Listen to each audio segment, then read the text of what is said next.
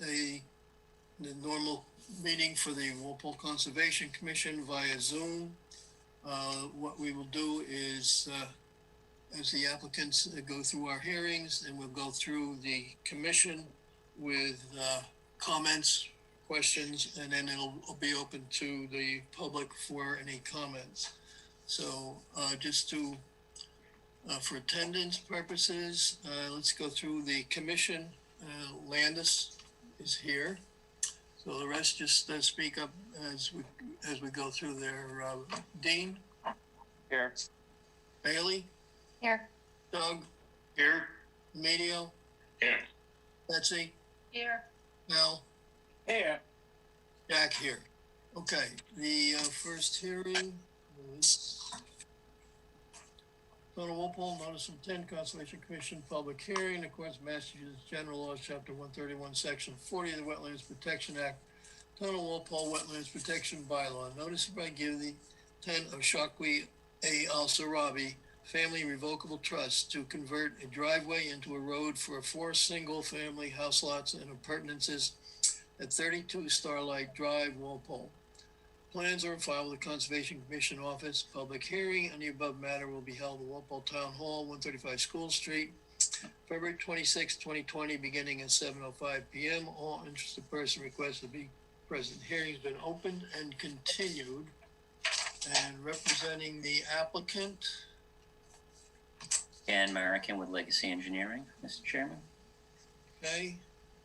And what do you have for us this evening? Can I be allowed to share my screen, please? Okay.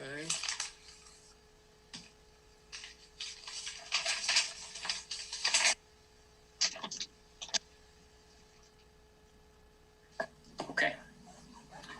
Thank you very much. So again, Dan American with Legacy Engineering here on behalf of the applicant. We've submitted a revised plan addressing comments raised by the town engineer, Landis, and the planning board. And we're not ready to, I'm going to ask you to continue this hearing at the end of this discussion, but I wanted to present to you the changes that we've made so that we can go over any questions or comments that you might have. So for those of you who recall, this is a subdivision of an existing single lot at 32 Starlight Drive into 4 lots. So there's 1 existing home on lot 2, and the proposal is to add 3 more lots. And I'm just going to review for you the changes that we made. So for the fire department, the existing driveway is 18 feet wide with Cape Cod berms on either side. The fire department requested it be made 20 feet wide with Cape Cod berms on either side. So we revised the plans to require that. We're gonna add the 2 feet on this side, on the right side of the existing driveway. We can do that within the confines of the existing disturbed area associated with the driveway. And then down, as we get down in further here, we're rebuilding existing driveway areas into a new road. The other thing that the fire department asked, we had an island proposed in here. They don't want an island there. They want to be able to maneuver freely through the cul-de-sac. So we removed the island. Those 2 changes were made for the fire department. Landis asked us to look at relocating this small basin number 1 a little further away from the wetlands. So we were able to do that. So we shifted it probably 15 or 20 feet upslope, a little bit further away from the wetlands. Something that Landis and I have also discussed a couple of times with Carl, the town engineer, is that when lot 3, which is this lot, is submitted to the commission with a separate notice of intent for the house development, we may entertain moving this basin somewhat. You know, if this house ends up being down here further, we could pull this basin back a little bit. Just, I think Landis and I agree there's opportunity when we know exactly what we're going to do with this lot to reconsider the basin. So a note's been added to the plan. It basically says that with the approval of the town engineer, that basin could be reconfigured when the notice of intent is filed for lot 3. For now, this notice of intent, just to be clear, is just for the road construction activities and the 2 stormwater basins here. Basin 1, we've clarified on the plan that this basin will be constructed with Lot 3 because it's basically designed to mitigate runoff from Lot 3. And then this underground infiltration system, we've clarified on the plan that that will be constructed with Lot 1, with the home on Lot 1, because it's designed to mitigate runoff from the home and driveway on Lot 1. So what will happen in the initial construction phase is utility work in the existing driveway, reconfiguring the end to the new cul-de-sac, widening the driveway, and then repaving the driveway, and then constructing these 2 stormwater basins. That'll be the first phase of construction. The second thing that we talked about at the last meeting was there's an off-site wetlands here on the Adams Farm property, and there's a historic disturbance in this area right here. There's also a 100-foot planning board buffer, which is very different from your buffer zone. We've added that 100-foot planning board buffer to the plan. We've stipulated on the plan that the existing garage, which is outside the buffer zone, and the existing chicken coop, which is also outside the buffer zone, be relocated out of the planning board 100-foot buffer. And that the area here, which is about 50% in your buffer zone and 50% in the planning board's buffer, be revegetated. We've also specified that the slope that's here along the edge be cut back and made more shallow and planted with shrubs. We have also been contacted, I think you may recall at the last hearing, Chris Timpson, representing the Westwood Gun Club, made some comments. Chris and I have spoken today. We're working through some requests that they're making of us about, how this is going to be configured, asking us to plant some trees in there. So we're working with them on that. The applicants retained Phil Mackey as well. Phil is working with Chris. So when we come back to you again, we'll have another plan that will probably provide for some additional plantings in here, mostly outside your buffer zone, but some of them will fall in your buffer zone. The last thing that I think we should go over, talk about with Landis, is we've added the existing no alter zone markers from the prior approval associated with the house construction. And that, of course, focused mainly on the construction of this existing driveway in the home, didn't deal with any of these other areas of the site. But you can see we have no alter zone, old no alter zone markings here and here, and those are unaffected. We have some in through here. Those are going to change a little bit. And then we have one along the right side of the driveway that this is all going to not going to change at all. And then once you get up to about here, this is where we get into the development area for the future lot 4 and 3. What I've done, because we don't, what I'm showing for a house footprint is completely schematic. It's solely for drainage design purposes. We have to file a notice of intent for lot 3 and for lot 4 for the construction of those homes, if they're going to involve any work in the buffer zone, which they will. And I've added a note to the plan that basically said that the no alter zone for lots 3 and 4 would be determined at the time those 2 notice of intents, or it could be 1 notice of intent, but the notice of intent for the 2 lots is filed. So that's, I think, the easiest way to deal with it, because there's too many question marks at this point and unknowns about what kind of a house it's going to be and what shape it's going to be, and there's too much speculation at this point. This notice of intent, as I indicated earlier, is really just for the infrastructure installation, which is the driveway reconstruction and the 2 stormwater basins associated with the new driveway. The lot activities, to the extent they involve work in buffer zones, will require a separate notice of intent filing. So that's all I have. I got some comments from Landis today. Happy to answer any questions that you or Landis has. Okay. Landis?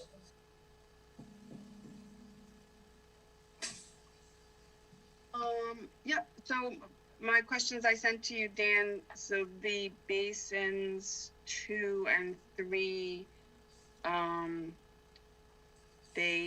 It looks like from that plan, which I think is the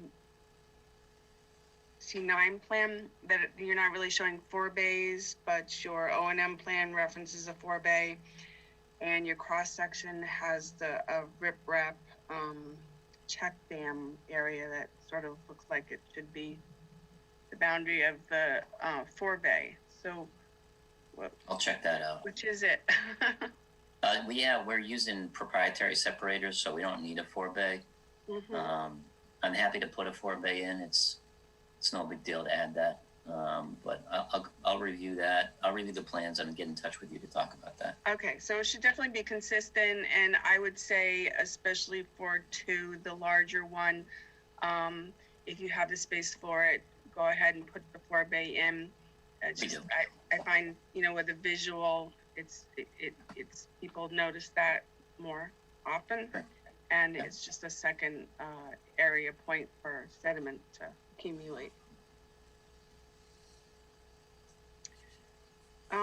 And then also, so the annual high groundwater for the infiltration basins on your plans, you did soil tests in the basins, and you didn't observe groundwater, I think is what I saw. You didn't have an elevation for groundwater. You went down 2 feet and didn't hit groundwater. Is that even elevation? Let me just take a look here. That's what I said. Oh. It said not. For Observed. basin 2, we went down to elevation 220 and did not observe any indication of seasonal high groundwater. So we have two or three test holes in basin 2. So again, we have all the soil logs here. So yeah, when it says no seasonal high groundwater, that means for the depth that we excavated, we didn't see any indications of high groundwater. Okay. So it's at least 2 feet below the basins. I just know it, if you know the elevation, we'd like to have it on the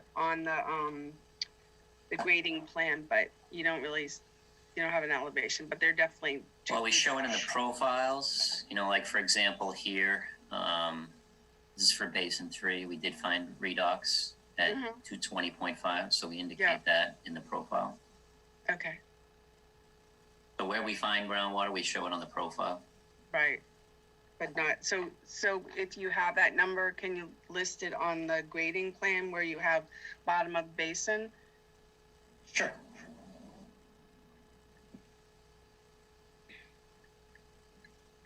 So we don't have a letter from the town engineer yet. I know he's reviewed the plans at least once. The 3 of us sat down and we looked at it, but he hasn't seen these revised plans.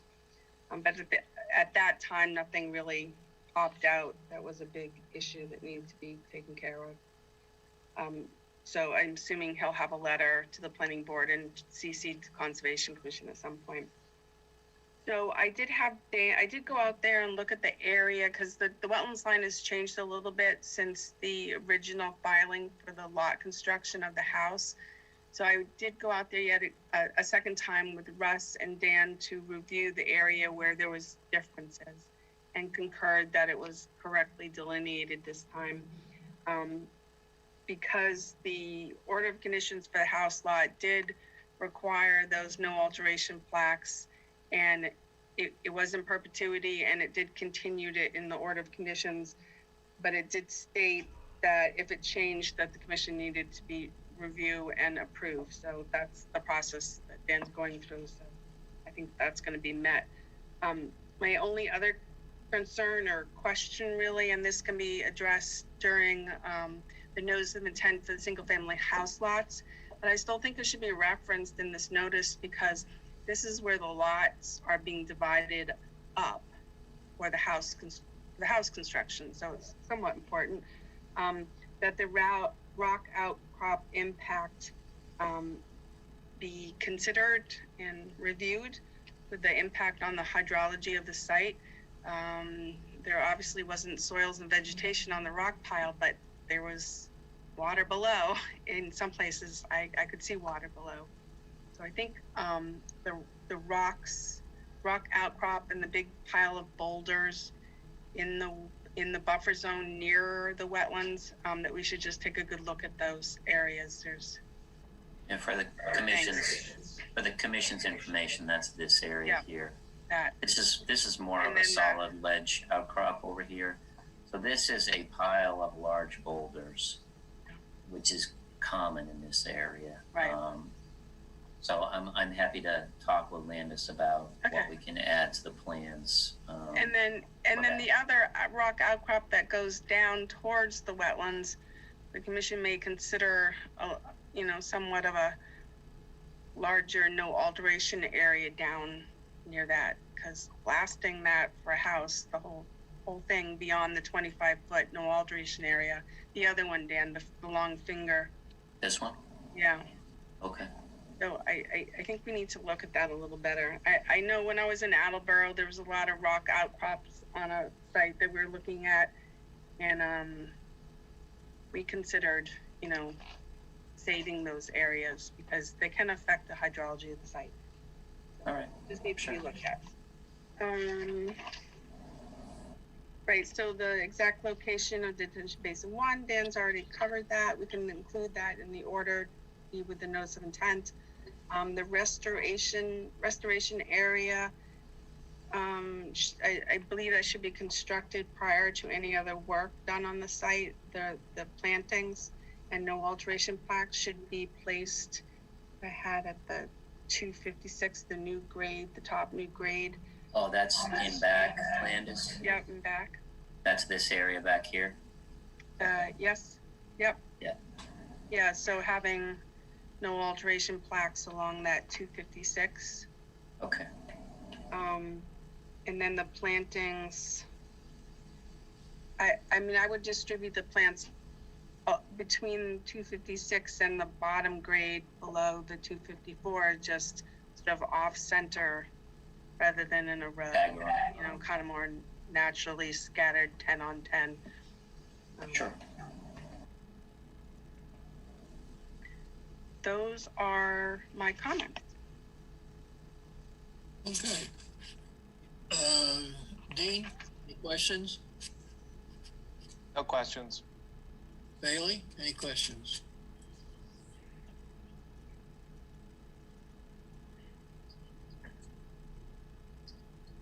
Bailey?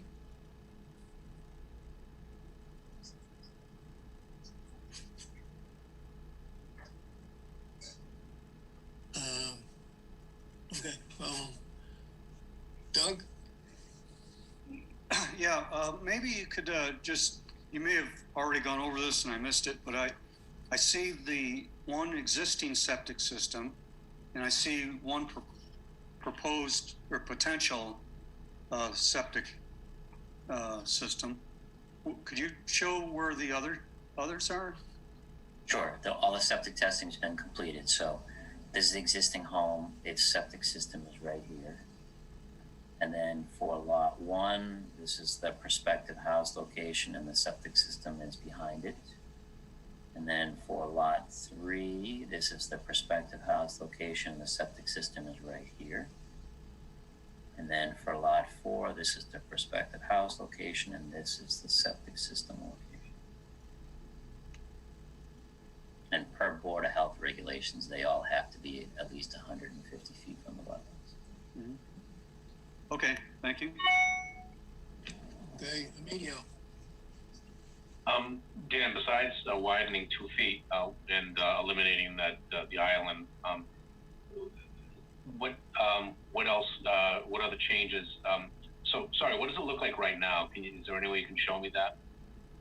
Sure. Looks like that right now. Oh, okay. Right. What we're doing, so the existing driveway is 18 feet wide. Yeah. It comes all the way up through here, and we're gonna basically we're proposing to maintain the existing driveway grade to right about here. Okay. The only thing the fire department requested was that we widen it 2 feet, which we can do right along the shoulder here. And then from here down, we basically have to kind of reconfigure this existing little cul-de-sac into you can kind of get a sense for it, see that Okay, that changed there. Yep. So we have to rebuild this part of the cul-de-sac in a different way so that it's more consistent with the subdivision regulations. Okay. All right. Thank you. Okay, Betsy. Yes, hi. So I think the question I have is on lot 4, because I think lot 4 is the one that has the outcrop to one side and the boulder to the other, right, Dan? That is correct. Yeah, so I guess my question is, I have 2 questions. One is, were those boulders hauled there and put there, when the rest of things in that area were being developed, or is that something dumped by the glacier? Because is it unusual that Landis noticed that there's standing water kind of in and amongst and under those? Is there anything strange about those boulders? No, it's a glacial deposit. It's natural.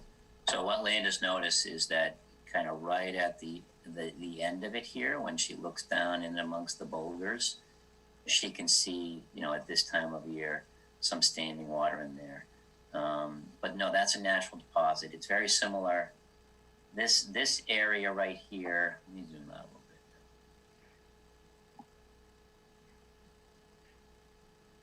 So this whole kind of area here has those features. This is the Boulder Trail subdivision, which you guys you were involved a little bit with that because there were some wetlands on there. Yeah. But it has a very similar kind of geology where there were these just big piles of large boulders dropped by glaciers. This here is more of a exposed ledge phase, but once you get up into here, it starts to become more, piles of boulders, and this is a pile of boulders, and there's another pile of boulders down here. Okay. And So it's common. Wondering, because there was blasting in the area to get some of the houses in. Okay, so then my follow-up question is, Not So- close to the wetlands, Betsy, that just want to What? clarify. The blasting that occurred on Boulder Way was not next to the wetlands. okay, yes, true. It's just that I was like, okay, where did this rubble come from? Any chance it was the blasting? But okay, true, Landis. All right, but back to lot 4, if you already tested for where you're going to put in your septic, and then your house is kind of kitty-cornered in there, how does that work with the piles of boulders and the ledge? Well, again, I don't know exactly how that house is going to be built. This is just, if you look at the 3 house footprints, they're all the same. We're just throwing a placeholder in on these plans for drainage design purposes. This could end up being, a more, a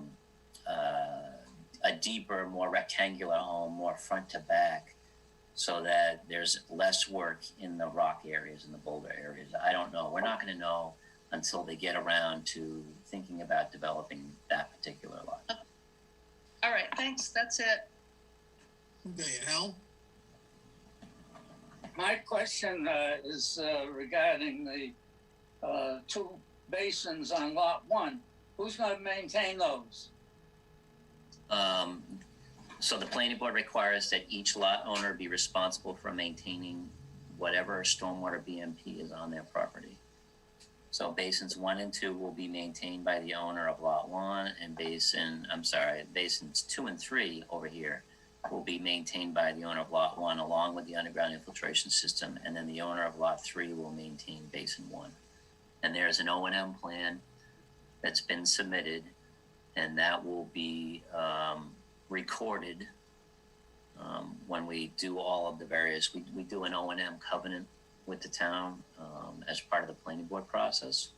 So the O&M plan gets put into a recordable format, into an agreement with the town, and it stipulates all of that. So it looks like the owner of lot 2 gets off scot-free, and the owner of lot 1 gets stuck with taking care of the infrastructure that supports lot 2. That doesn't seem very fair to me. Well, again, this is the way the planning board in Walpole chooses to do it. It wasn't configured in that fashion. It just so happens that the downslope areas fall on lot 1, and that's the natural location for stormwater management facilities. It has nothing to do with the owner of lot 2 trying to avoid stormwater maintenance obligations.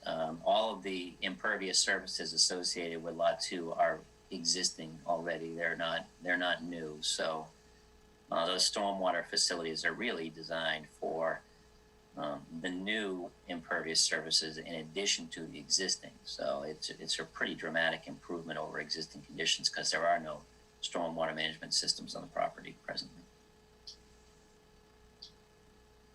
Anything else, Al? No, that's the only thing that's bothering me. Okay. This drawing you're showing us tonight is the latest revision you brought in yesterday, I guess? It was late last week, I think. Okay. So it'll be revised again? Yeah, so Carl, I guess, is going on vacation. I'm meeting with the planning board next week. And I don't think we're going to meet with the planning board again until the 17th of June at the earliest. So I don't know what your meeting schedule looks like in June, but we should talk about when the next meeting should be for this.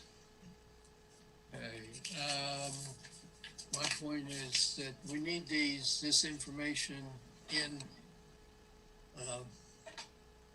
sufficient time ahead of our meeting so it can be reviewed. Absolutely. So, my expectation, if I'm meeting with the planning board again on the 17th, I'm any sorry, revisions. if I could just interrupt for a minute, Jack, there may be an abutter or someone of interest who would like to speak, so don't forget to ask. Yeah. So what are you looking at for, what's your suggestion for continuing to what date? What are your 2 meetings in June? We have June, I don't know, what's the date? First, we have The 9th and the 23rd. 9th and the 23rd.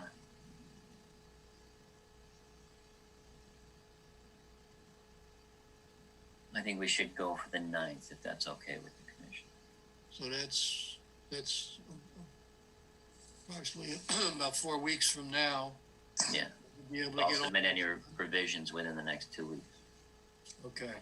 All right. Anyone in the audience have any questions or comments? Please identify yourself for the record. You gotta unmute yourself, Chris, if you're talking. Forgot about that. Can you hear me now? Yes. Okay. Chris Timpson, I represent the gun club. I'm going to reserve my comments just because, I was in touch with Dan Merrican, and then I talked briefly with Phil Mackey. We're going to try and address the issues that we have, and hopefully when this comes back, we'll have something that'll be, agreed upon. And if not, we can address whatever issues are remaining at that time. Does that sound good? It sounds okay to us. If it's okay, Works for me. I'd like the way to go. All right, so someone make that a motion to continue this until June 9th. That was the date you wanted. So moved. What time? What time, Mr. Chairman? We have a 7 p.m., so let's make it at 7:15. Okay. Okay. Thanks for your time. Okay, so that was a motion made and seconded? Yeah. Okay, so all in favor. Dean? Landis, can I vote or I have to abstain, right? I think you can You're on vote mute. to continue the hearing. Yeah, you can vote to continue the hearing. You just can't vote for the decision. Okay, I had to continue. Bailey? Aye. Okay, Doug? Aye. Emilio? Aye. Betsy? Aye. Al? Aye. Jack? Aye. Okay, so we'll see you Thank you. 7:15 on June 9th. Sounds good. Have a good night. Okay, thank you.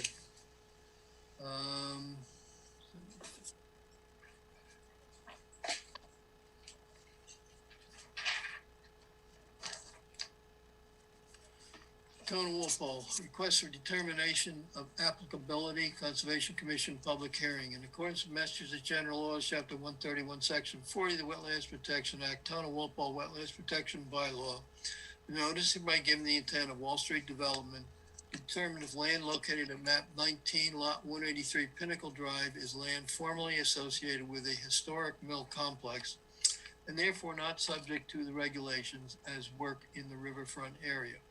Plans are filed at the Conservation Commission office. Public hearing on the above matter will be held in Walpole Town Hall or via virtually accessible video on November 4th, 2020, beginning at 7:30 p.m. Contact L. Hershey at walpolema.gov. 508-660-7253 for Zoom information. All interested person requested to be present. The hearing's been opened and continued. And representing the applicant. Hey, Jack. Mr. Petrosi, okay? Yes, we've requested this hearing be continued to the June 23rd meeting. Okay.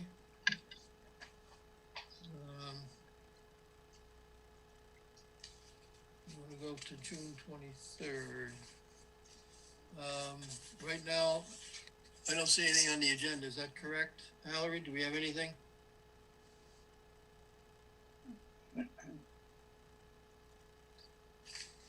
We don't have anything, Chairman. Can I ask the applicant to state why he needs a continuance? Well, Landis, I'm glad you asked that question.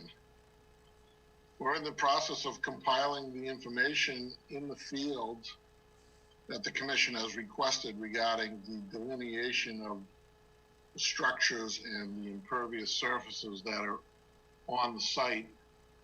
And unfortunately, it's taken a little bit longer than anticipated because of the time of year that we're in and everybody's busy. So we're just trying to get the work done as quickly as we can, but it's really a function of trying to give the commission all of the information that they need so that they can make a decision going forward. So, Okay. All right, so someone want to make that a motion to continue this until June 23rd? We don't have So Second, until 7 p.m. Is that clear, Valerie? yep. 7 p.m. is all right. Good. Okay, so it's been moved, seconded. All in favor? Dean, Uh, Bailey, Aye. Aye. Medio, Betsy, Aye. Al, aye. Jack, aye. Okay.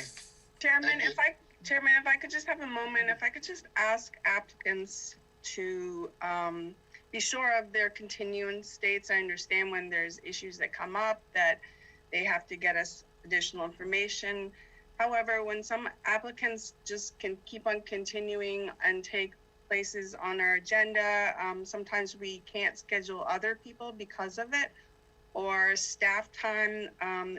I prepare quite a bit before meetings. I prepare quite a bit, and then I get a letter the day of the meeting or the day before the meeting for continuance. So I just ask that if you need to continue, that you state why you have to continue, and that it be, a reason having to do with presenting information to the commission. The commission did ask for this information in January. So hopefully on June 23rd that you'll have the information. If you don't, please let me know a week in advance so that we can prepare our agenda for people who are ready to present. I would appreciate it, and I think it makes everything work much smoother. Okay, thank you. All right, what is it?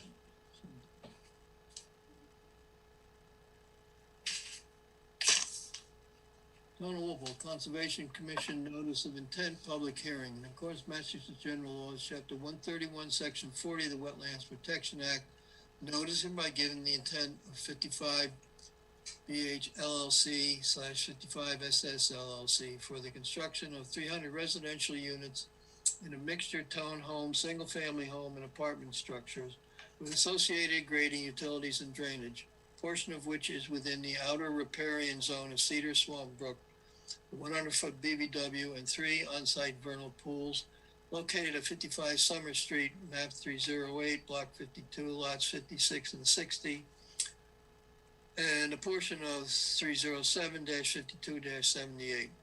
Plans are filed at the Conservation Commission office and online town website. Public hearing on the above matter will be held by a Zoom conference June 24th, 2020, beginning at 7 p.m. All interested persons request to be present.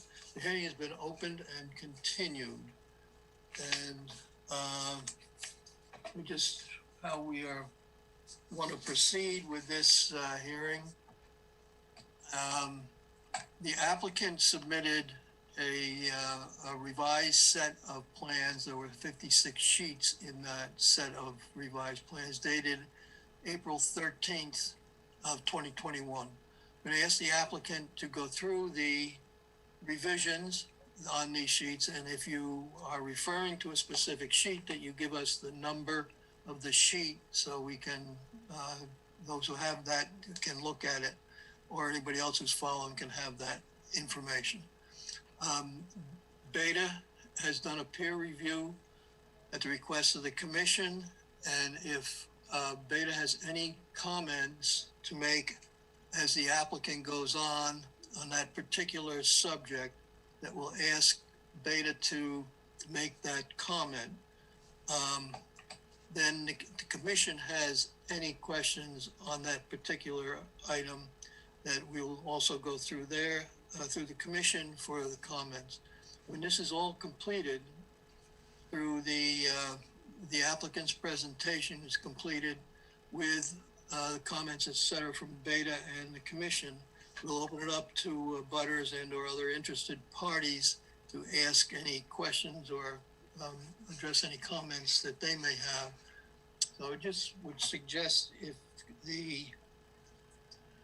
someone on a butter or other individual has any particular question, if it pertains to a specific item of question or comment that we're going through, that they reference that and note the drawing number, sheet number, or some way so it can be brought back into context. So is the applicant, who is representing the applicant? Yes, Mr. Chair, Katie Enright with Howard Stein Hudson, the project engineer. Okay. I'm going to ask if Leslie French could please share just our one sheet plans. I could bring you through the overview of the plan changes since we were here last, which I think is the easiest way to kind of denote and show you where the major change or where the plan changes, most of the plan originated from. So to start, this is all contained. I know we provided a 49-page letter and to the. And what we were trying to do is really make it as simple as possible to find the changes to the plans. I think if you go through, or if you've been through the letter, what we tried to do was show the comment, show the excerpt as where in the plans the change was, and then tell you what sheet it was on, so that certainly you didn't have to go searching through 56 pages of plans and or a multi-100-page report. We really wanted you to be able to kind of pinpoint where the change was, and see it and kind of move forward without having to really search. So under WE4, which is further in the document that you have in front of you tonight, it kind of denotes, or it does denote in a bullet format, the changes to the plan set that we made, the larger changes, not the kind of minutia or the details within each sheet. So I want to walk through those first. As you come into the project, and similarly to how we've done it before, just kind of walking around the site itself. As you come into the project, one of the areas of concern was the first 5 units we have right as you come off of Summer Street onto roadway A. Previously, we had a loop road that wrapped around, and the driveways for units 1 through 5 was off the loop road. What that did was it pushed the buildings closer to the wetland located nearest those units. So by eliminating that loop road and allowing the driveways to be right on roadway A, we were able to really move that area in and utilize the uplands area. You can see there's only a very small corner of Unit 5 that's in the 100-foot buffer with this plan change. And what we've done is we've consolidated Units 1 and 2 to create a duplex. So the 5 units are still there, but they're substantially further away from the wetlands than in the previous iteration. And we're still able to accomplish the 5 units there. But again, we're just clipping the corner of that 100-foot buffer off the wetland, right there, Unit 5. So we're able to create less grading adjacent to that wetland, and certainly look at less tree removal in proximity to that wetland, which made a pretty substantial difference to that impact in that area.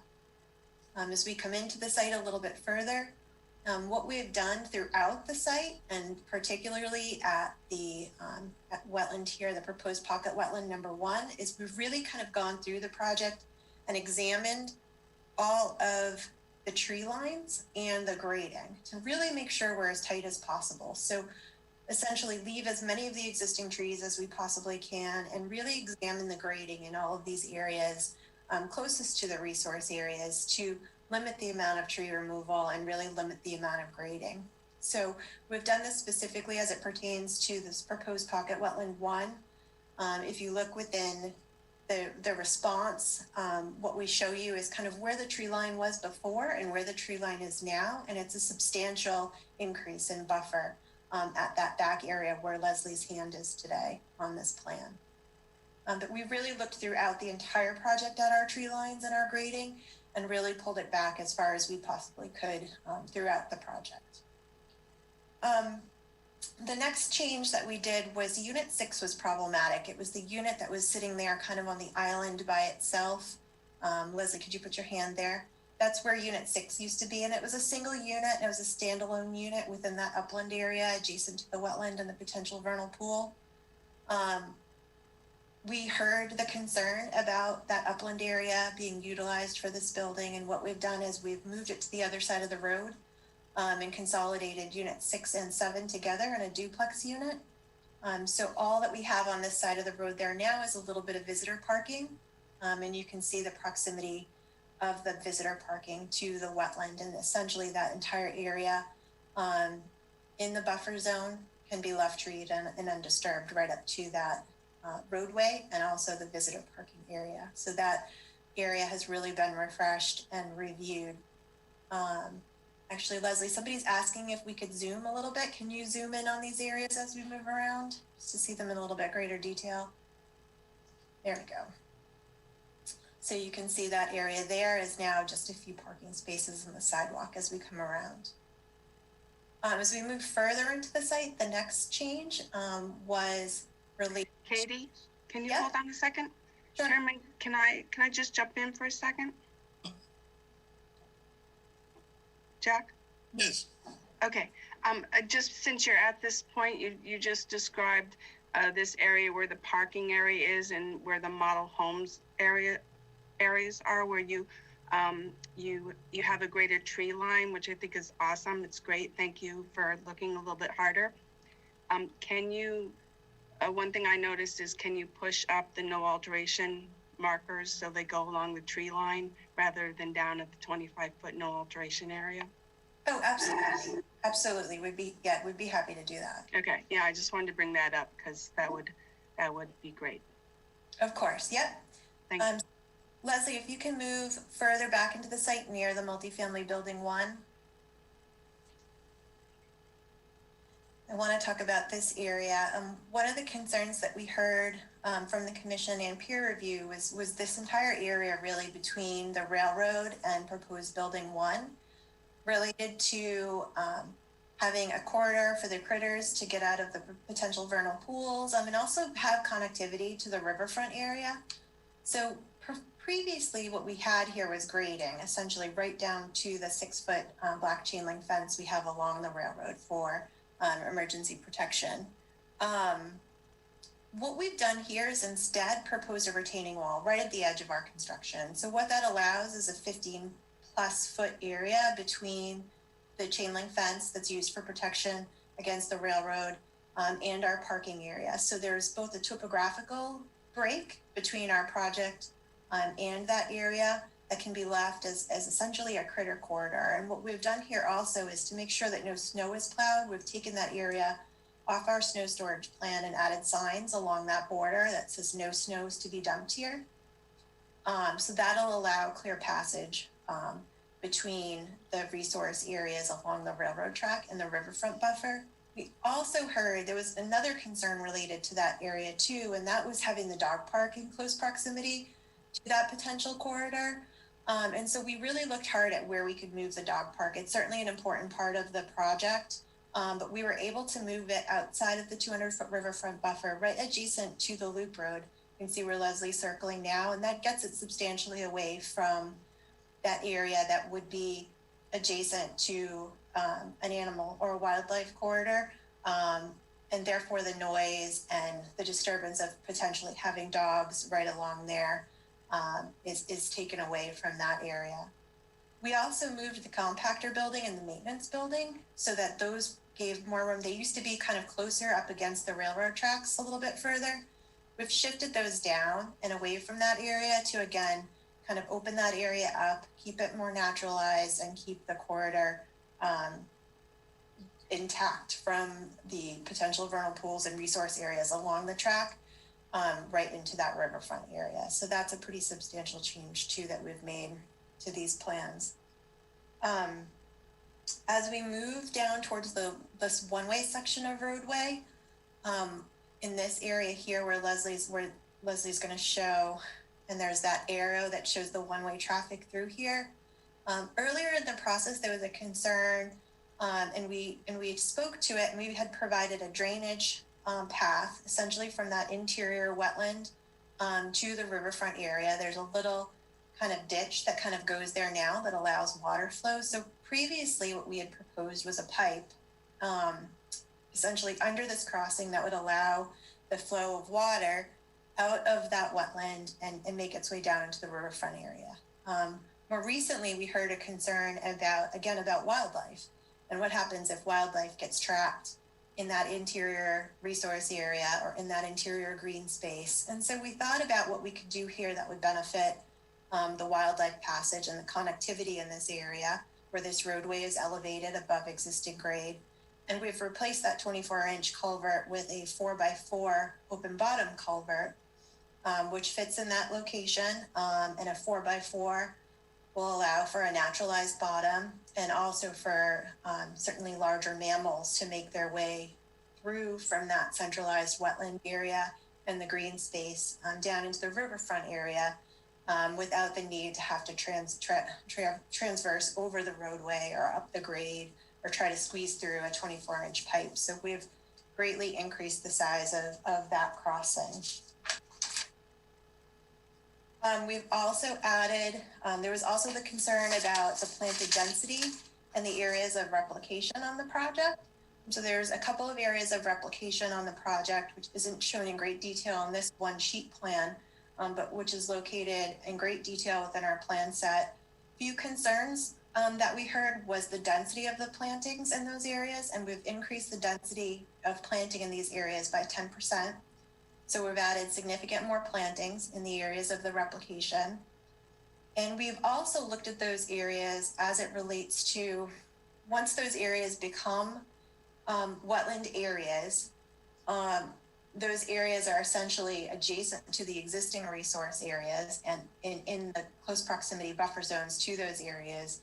What buffer would be left for a corridor between the project and the disturbed area to create an upland kind of passageway between this new wetland area and the uplands adjacent to the project. So what we've done is we've looked at each of those areas. I think, Leslie, you had that other plan up, which was probably a little bit better. And what we've done is, what we've proposed here is a living screen. So we've looked at proposing densely planted arborvitaes, essentially creating a break between the developed area and the new wetland replication areas to create kind of that protected upland corridor between the development and the new replication areas in both of these instances. So you can see these are our 4 replication areas at both of the crossings throughout the project. The majority of the rest of the comments, I'd certainly be happy to go through them. Again, Mr. Chair, it's 49 pages of comments. What we've done to hopefully help the commission and hopefully also help Beta was to document the condition or the question that was asked of Beta or asked by Beta of us, cut and paste a picture of the area that was changed on the plan and the detail that was provided, and also provide a reference as to where in the materials these different aspects of the project could be found. Certainly I could go through them one by one if you'd like, but if there's any specific questions of concern, I believe, and certainly I'll let Marta speak for herself from Beta, but I believe we've resolved most of the comments that Beta had brought to us, and would be happy to answer any of the questions that you had based on our response, and or Beta's review, and speak specifically to any item that still might be of concern. Okay, thank you. I just make a comment. I think all of these changes that you just went through are certainly enhance our concerns with the project of that you have listened to what we had to say and have made some moves in the right direction to cover those. Marta, do you have anything you would like to comment on at this point? Hi, Mr. Chair. I'm Marty Nova with the Beta Group. I just want to add, I don't have any further comments, but I did want to add that there were some significant changes to the stormwater design based on Beta's comments, which were addressed to our satisfaction. There was quite a few of them. A couple of the big items was, 2 basins were raised by 2 feet based on seasonal high groundwater observations, and additional design changes and further calculations that they provided. So Phil Paradis went through everything and is satisfied at this point with the stormwater design. We do have some recommended special conditions if the commission chooses to approve the project and issue an order of conditions relative to the stormwater management design. They're outlined in our May 10th letter. And I could go through them if you want, but there are several recommended conditions, as well as there's a few recommended conditions relative to the resource area items. But at this point, we have no further comment. They've addressed all our comments to our satisfaction. And at this point, we feel the commission has the sufficient information to issue an order at this point. Okay, I think just like to again add that we appreciate your review of all this information and your comments, and that the applicant considered your comments. So I think we certainly have progressed. I'll go through the commission. Dean, any questions or comments? No. None. Bailey? No, none. Doug? Just one question. The elimination of the snow storage areas, that's great, but now where does the operator put the snow? I may, Mr. Chair? Yes, can you address? Right. Thank you. Yeah, we only eliminated that one area essentially over the slope at building 1.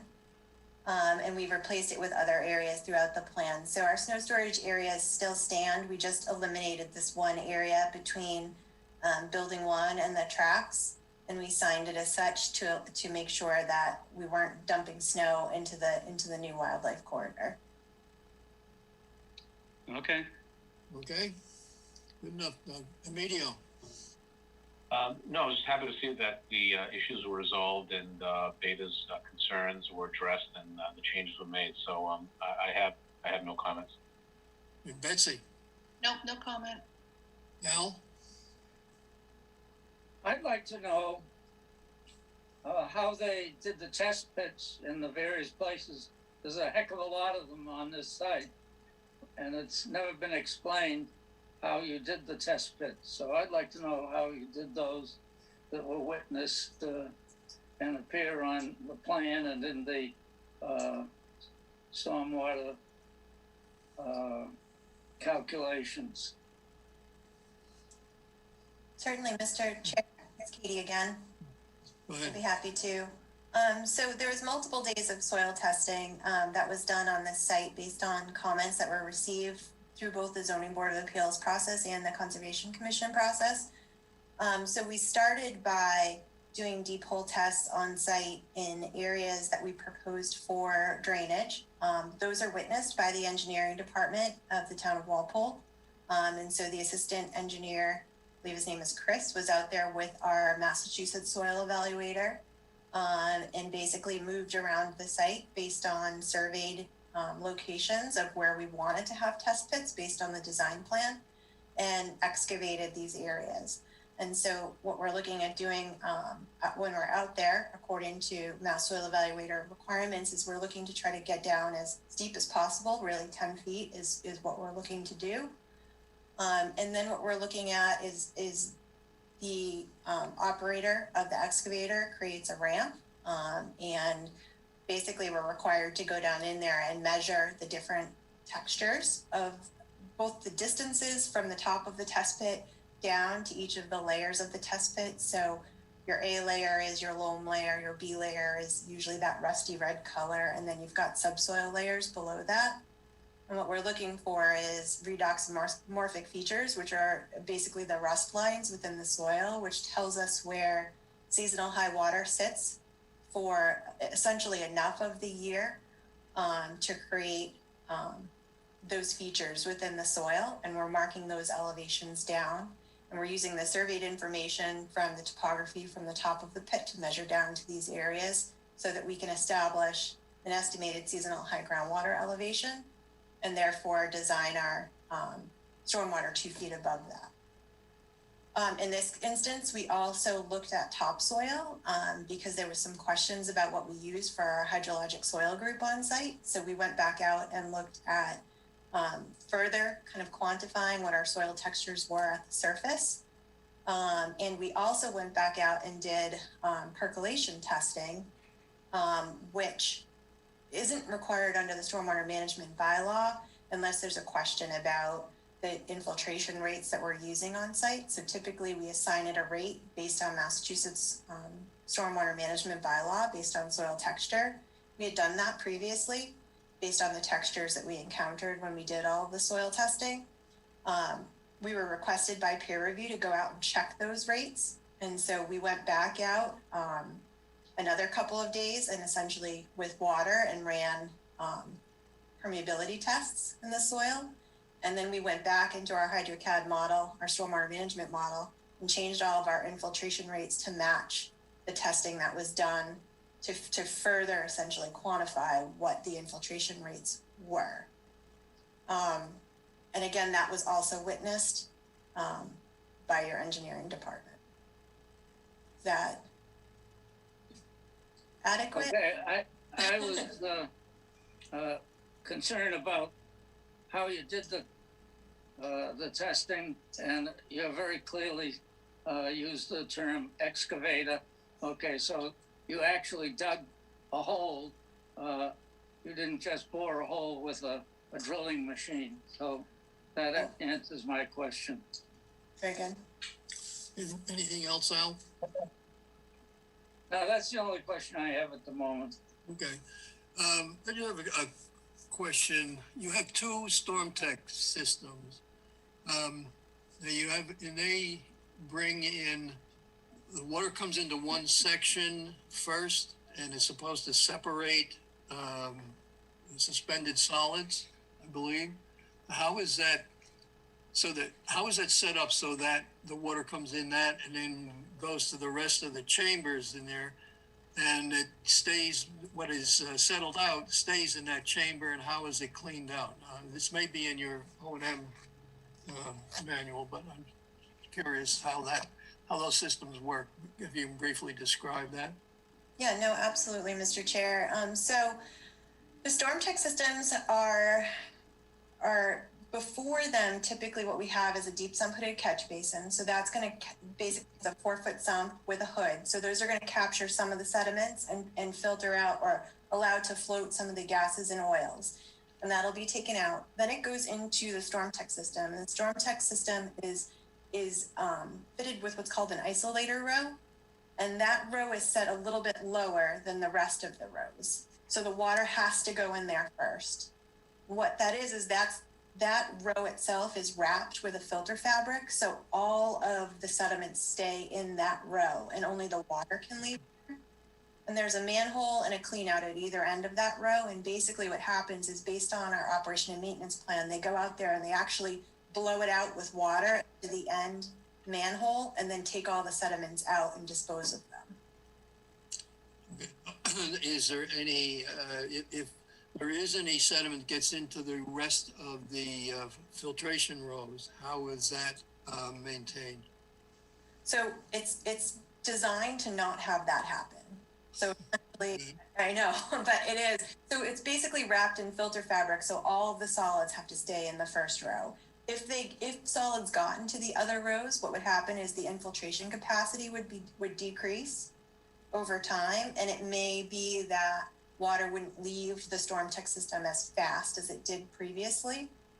But based on our operation and maintenance plan, based on the fact that there will be a maintenance company on site that will be required to take care of these and submit operation and maintenance basically forms to the commission on a yearly basis, that's supposed to be checked. And certainly the property owner doesn't want them to fail either because it would be incredibly expensive to replace. Okay. All right. Thank you. Yep. Is there anyone in the audience that would like to make a Can I comment? ask one question? Landis, you have a question? Yeah. Could the applicant just show the detail of the extended wetlands basin and just sort of explain the plantings and how that works? Yep. Leslie, can you find? Sheet would I be looking at? Actually, Patrick, if you could also unmute, you're probably better fit to describe the minutia of the pond and the plantings. Yeah, yeah, no problem. Is it, do you want this plan? The one with the squigglies, the one you just had before that one. Yep. The one from the one you just had up. That one, yes. Yep.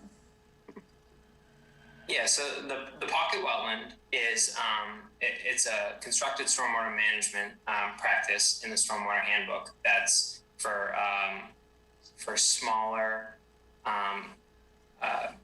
areas, smaller contributing areas. And so first of all, let me get your question. You're looking more for the vegetation of it or how the actual basin functions? I'm sorry, Landis, you're on mute.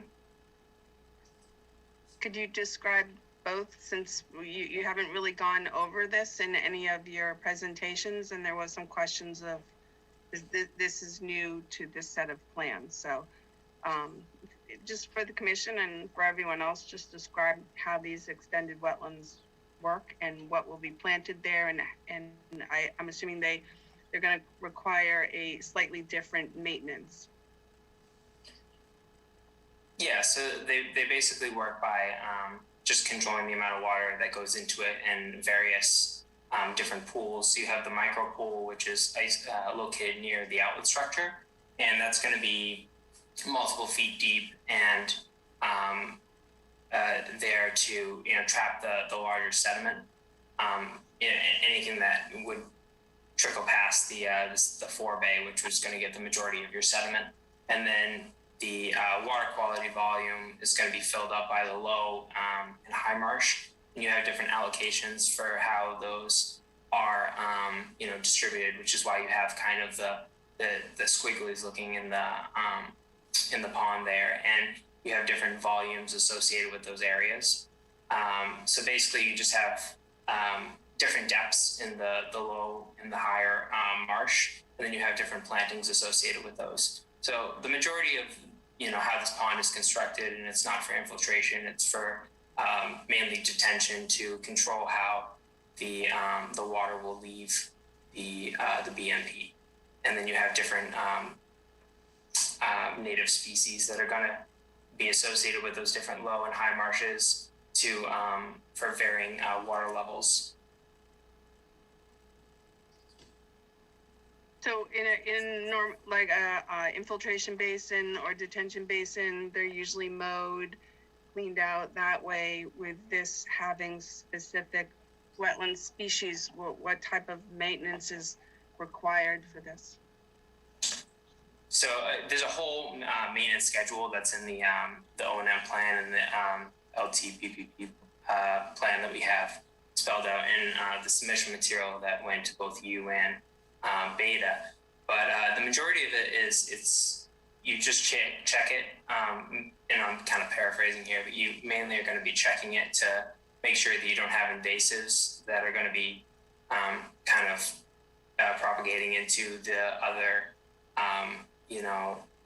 plantings that you've kind of planted down. Make sure that you don't have any vegetation that you've put in, dying or not keeping. And then you want to make sure you don't have any large roots that are going to be eroding the bank.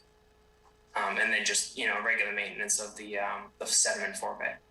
Right. The sediment forebay itself, as Patrick stated, is going to capture most of it. So that's kind of something you've probably seen that's a little bit similar in detention basins and extended detention. But the major difference with this is it actually there is water in this basin for most of the time. And what that does is it allows those plants that are in that low marsh area to take the different aspects of the stormwater, I guess, remove those aspects from the stormwater out to make sure that it's properly cleaned before it leaves the basin itself. And so there's a lot that goes into kind of designing, as Patrick said, the different volumes of water that are in different areas, the elevation as it relates to the water table, and then really just making sure that the plants stay healthy, and that sediment forebay and the outlet control structure cleaned on a regular basis. So the list in the O&M plan has essentially the different things to look for, but you're not going to go in there and mow it like you would an extended detention. It's not going to be dry like a detention basin would or an infiltration basin would be. It's not grass. It's going to essentially be native plants that survive in wet conditions, and that'll help create or allow the clean water to leave that basin before it hits the buffer zones of the resource areas on site. Thanks. I'm familiar with these. I just bring it up because it is slightly different than what we're used to here in Walpole. And it is specialized in that it does take specific care because of the vegetation inside the basin and the different categories and sub parts of this particular system.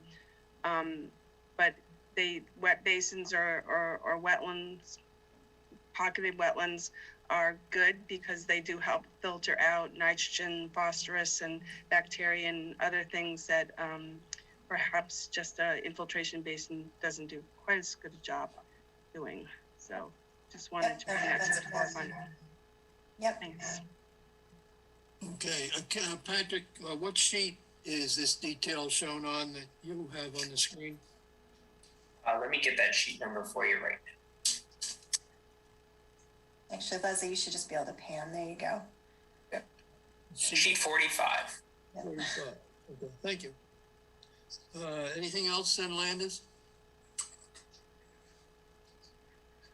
No, that's all I have at the moment. Thanks. I think always, we can always look at these sheets in our offices and look at your documentation, which you did provide, and I thank you for noting where the plans are. But it's always good to just also describe it during the public hearing process for all the commissioners to see at once, as well as any abutters who happen to be watching. So thank you for taking the time to do that.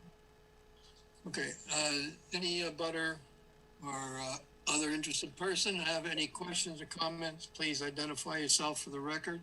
Do we have anybody who wants to speak? I would say if you want to speak, let me know in chat and then I'll recognize you. Probably the easiest way.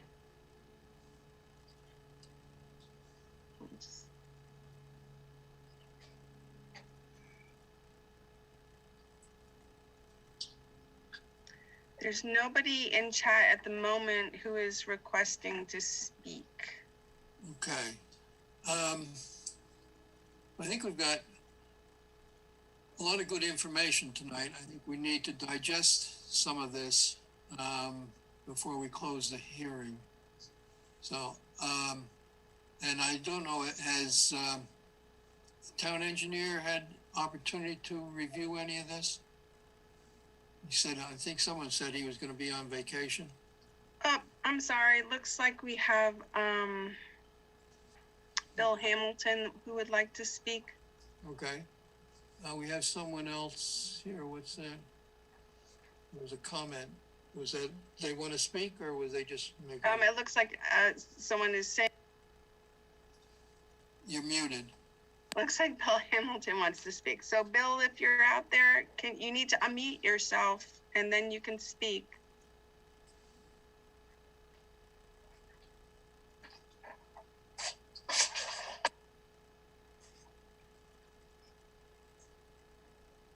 Okay. Can you do you want to speak, Bill?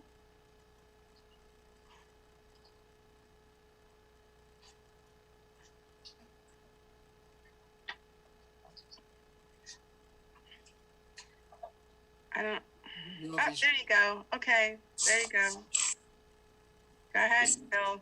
Yeah, I'm sorry, I didn't have unmute on my screen. Okay. You have these. Bill, identify yourself for the record, please. Oh yes, William Hamilton, Precinct 5.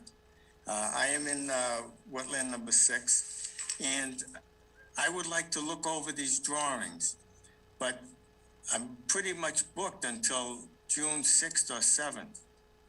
Is it possible that I could come to the office in Town Hall and review these plans on the 6th and 7th?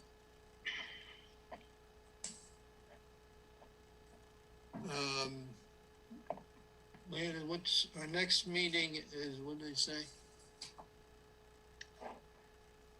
Our next meeting is June 9th. June 9th, so 6th and 7th. Well, actually, the 6th is a Sunday. I should say the 7th and 8th. Is that okay? You, with Landis? So you, I just got a message from Mallory that we have a set that we can drop off to you if that would be helpful. That would be super. They're also online on our website where they have been since they were submitted. It's difficult to take accurate measurements online. Okay.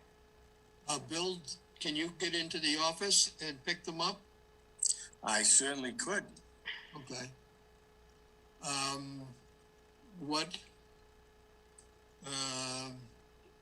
Why don't you can you pick a time now? Can you do it tomorrow?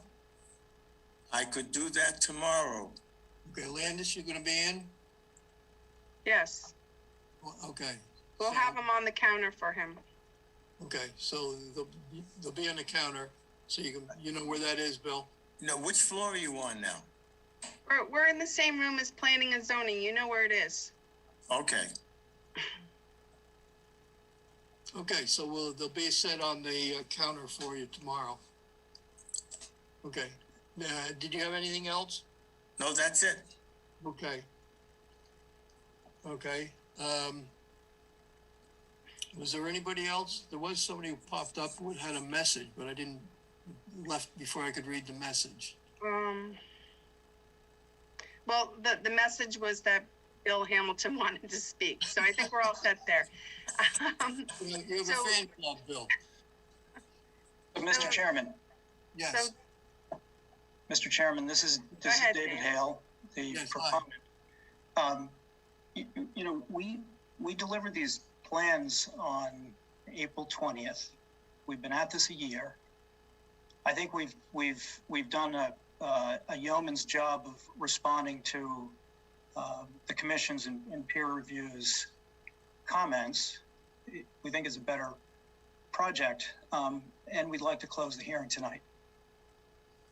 So my specific request is that we close the hearing and move on.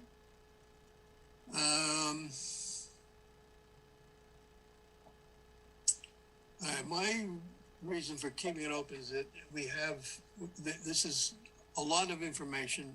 You have done a lot of the things that we have asked for, and I'm not quite sure I can say all the things we've asked for, but you have done, made a lot of changes, and we appreciate that. But there's a lot of information on here. And then we need to prepare an order of conditions. Yeah, Chairman, so I would suggest if you feel comfortable closing tonight, and it seems like they have supplied us with all the information we've requested, but we don't issue the order tonight, but close the hearing tonight. All right, well, how much time do we have to write the order? The 3 weeks? 21 days. 21 days. So that would be, our next meeting is in 2 weeks, right? So we have sufficient time. Is that time to prepare all this? It should be if the applicant is willing to give us to the 23rd meeting, that would be appreciated. If you close tonight and then we reconvene on the 23rd to issue the order if the commission so feels that's the course to take. Yeah, there's a lot to put to review to come up with a appropriate order of conditions here. So the hell is that? Would you extend that to the 23rd for the writing the order of conditions? So the 23rd of May? No. June. June. So our that's next meeting, wait a minute, our next 3 weeks. June 9th would be 4 weeks. That's true. June 9th would probably be okay. So if they close tonight, but then they reconvene on the June 9th for discuss the order of conditions. okay. Okay, do we need that confirmed in writing from the applicant? Well, yes, if you could send me an email or a letter just giving a waiver for that extension. So that would be to our meeting on June 9th? I will do that. Okay, all right. We have time to put this together. That's my concern. All right, so then someone want to make a motion to close the hearing? I'll move it. I'll second. That was Emilio second? Yes. Okay. All in favor, Dean? Abstain. Bailey? Abstain. Doug? Aye. Emilio? Aye. Betsy? Aye. Al? Aye. Jack? Aye. Okay, so then we will put this on our agenda for June 9th for the order of conditions. Do we need a time or we're just gonna put it on there? Would you rather make a Generally, time? we just do that during the business meeting, so it would be after the hearings. Okay, right now we have a 7 and a 7:15.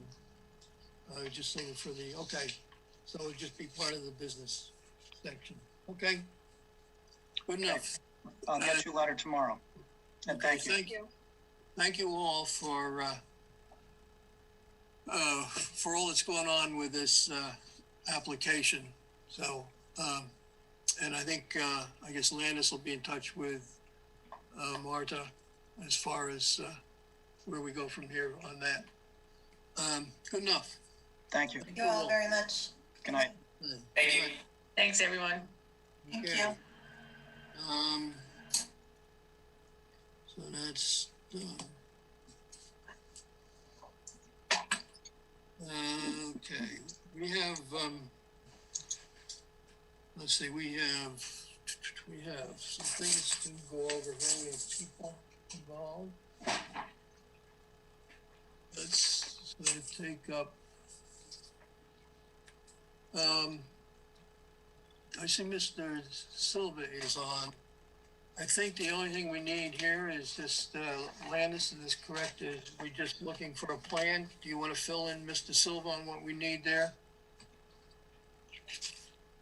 What did I do with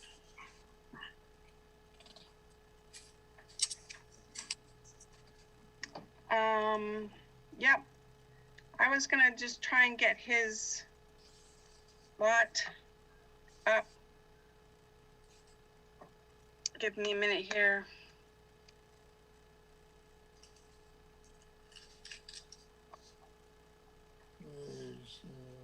The Lost Brook Trail.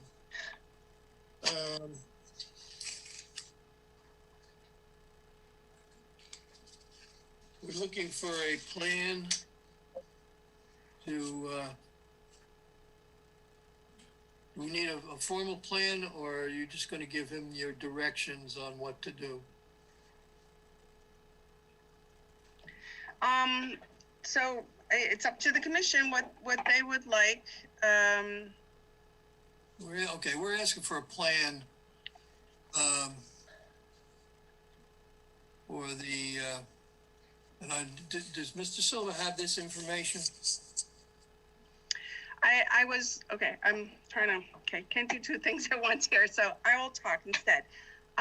So I went out on to the site on, I think it was Monday or Tuesday, and I met with Odetta, the wife, and reviewed the site, and the wetlands line was reflagged, and the 25-foot no alteration buffer zone was staked in the field by Glosser Engineering.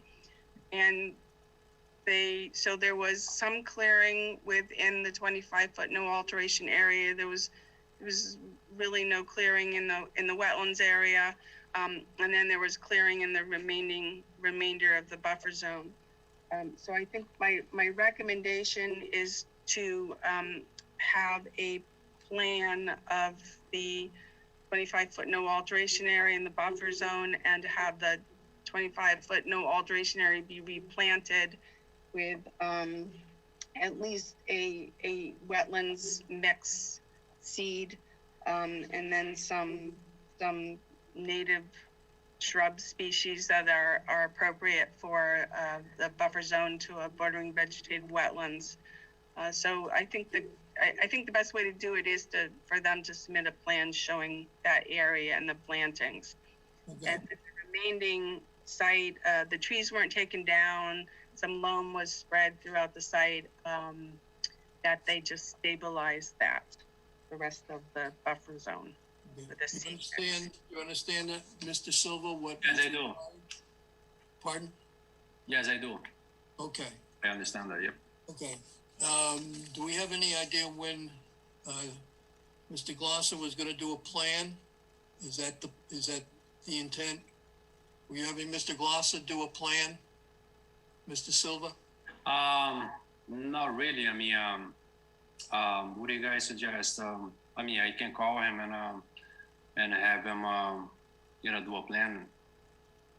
So he should have the survey points, I hope, from being out there and surveying the wetlands line and the 25-foot no alteration area. So I believe he surveyed that, so he should have the points. So he just has to plot it. And he did reach out to me, and I told him that eventually the commission would probably want a plan. So I think you just need to contact him.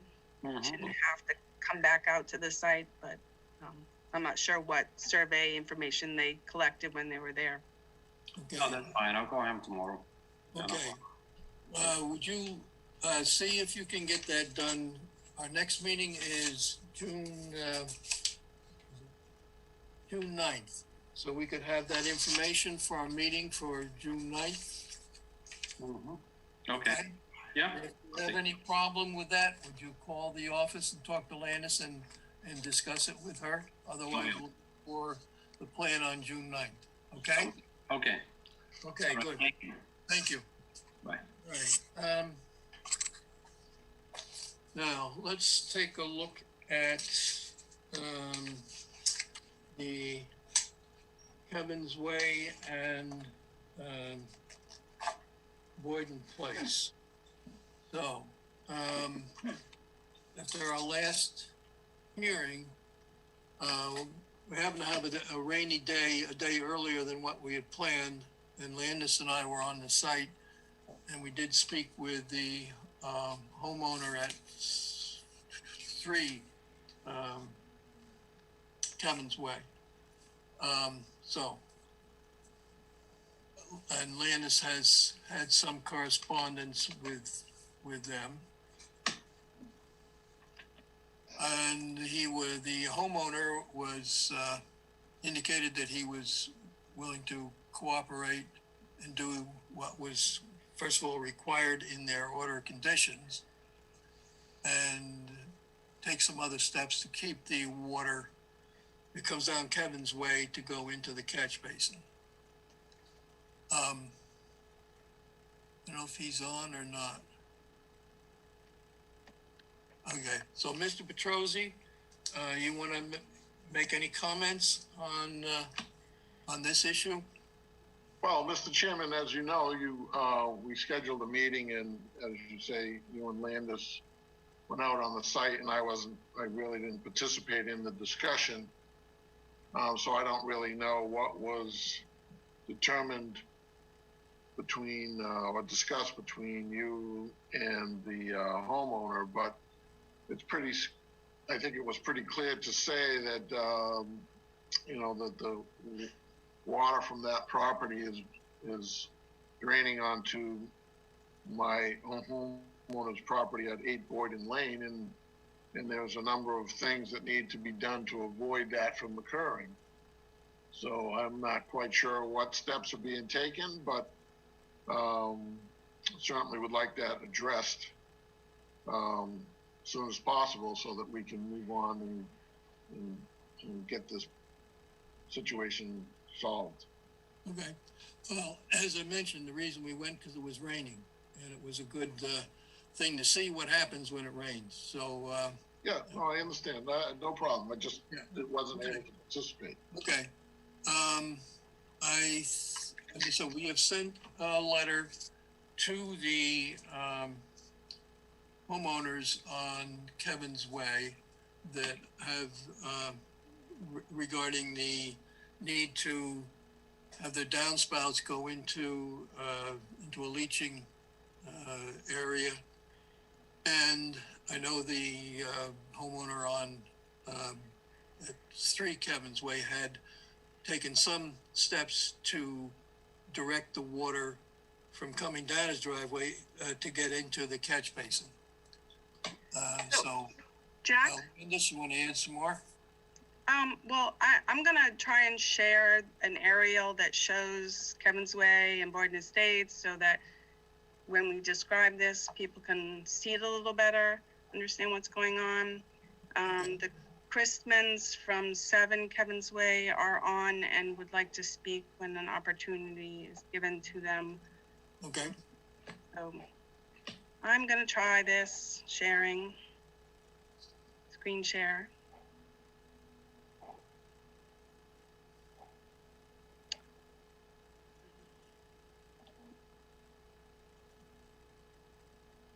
So can you see the aerial? I've got, Yes. I've got a strange screen here. You have a green screen. No, a strange screen. A strange screen. Yeah, I don't know it's a Zoom. I don't know what's going on here. It says post attendee Zoom. I've lost the boxes of people and whatever you put up. But go ahead. I'll try to get back in. Okay. So what I have on the screen here is this is Kevin's, and this is a private way, so this is not a public street. It's a private street. And then this is Boyden Estates over here, also off of Summer Street. And this is Builder's Lot 2, 8 Boyden Lane.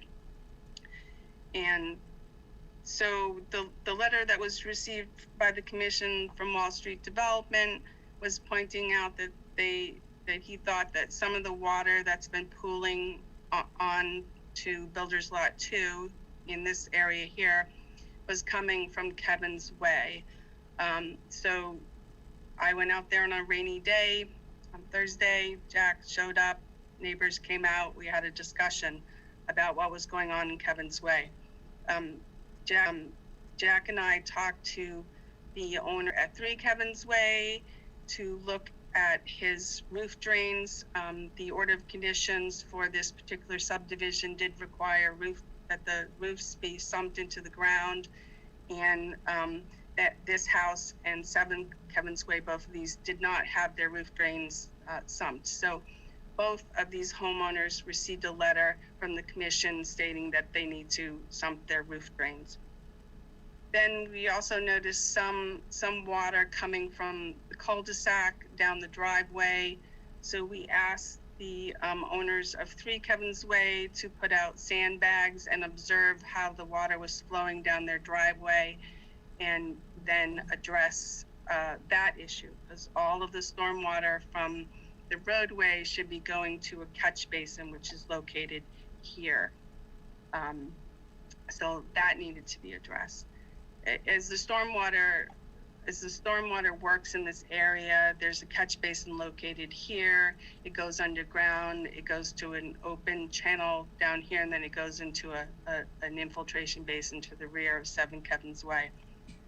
At some point, there was another catch basin put in the driveway of 7 Kevin's Way because the stormwater also discharges down this driveway and into the catch basin.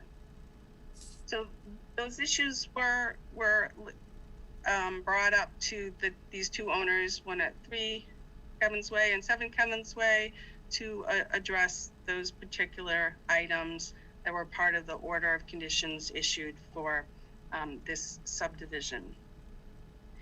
Then there was some discussion, and I'll, if the owner wants to discuss with water coming from this lot and his lot, and then coming down the slope here, heading down to the wetlands, and perhaps getting on to Builder's Lot 2. So that's something that's more of a private issue between 2 private property owners. The lot, Builder's Lot 2, 8 Boyden Lane, does have an order of conditions because there is a wetlands here, and we have somewhat of an as-built that was submitted early on, and then they never went forward on certificate of compliance. So we need a final as-built plan that shows the grading that was proposed for that particular lot, and the grading should address any low spots or any drainage that's affecting sedimentation or erosion to the wetlands, or hopefully for this particular owner, anything that's settling on their property. That kind of summarized what we discussed out there in the field. We were really there to gather information based on Kevin's Way because of the letter that was sent to the commission by Wall Street Development. Okay. Mr. Does the commission have any questions? Was that Al? Did you have a question? No. Someone was trying to speak out. Yeah, hi, Mr. Chairman. This is Robin Carey. I live at 3 Kevin's Way.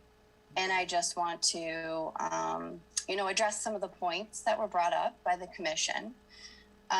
One, was the required roof drains. So all of our roof drains have been placed into leaching draining trenches.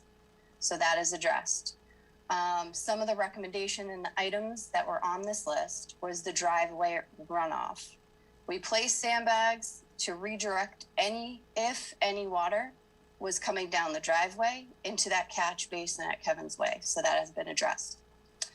There was also a third point that was talking about water collection at the edge of the driveway. Now this we will address if we find that there is still puddling in that corner after all the other items that we've discussed are completed.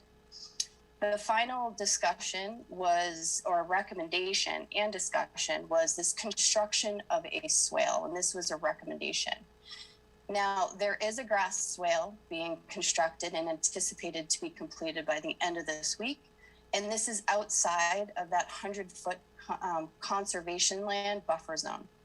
So we have all of these points that were in the letter that was sent to us via email, all addressed. And if the commission has any questions for me, I'd be happy to answer them. Okay, thank you. Sure. I would say you have been very cooperative in addressing these issues and probably doing perhaps more than you actually needed to, but it will all aid your abutter on Boyden Lane.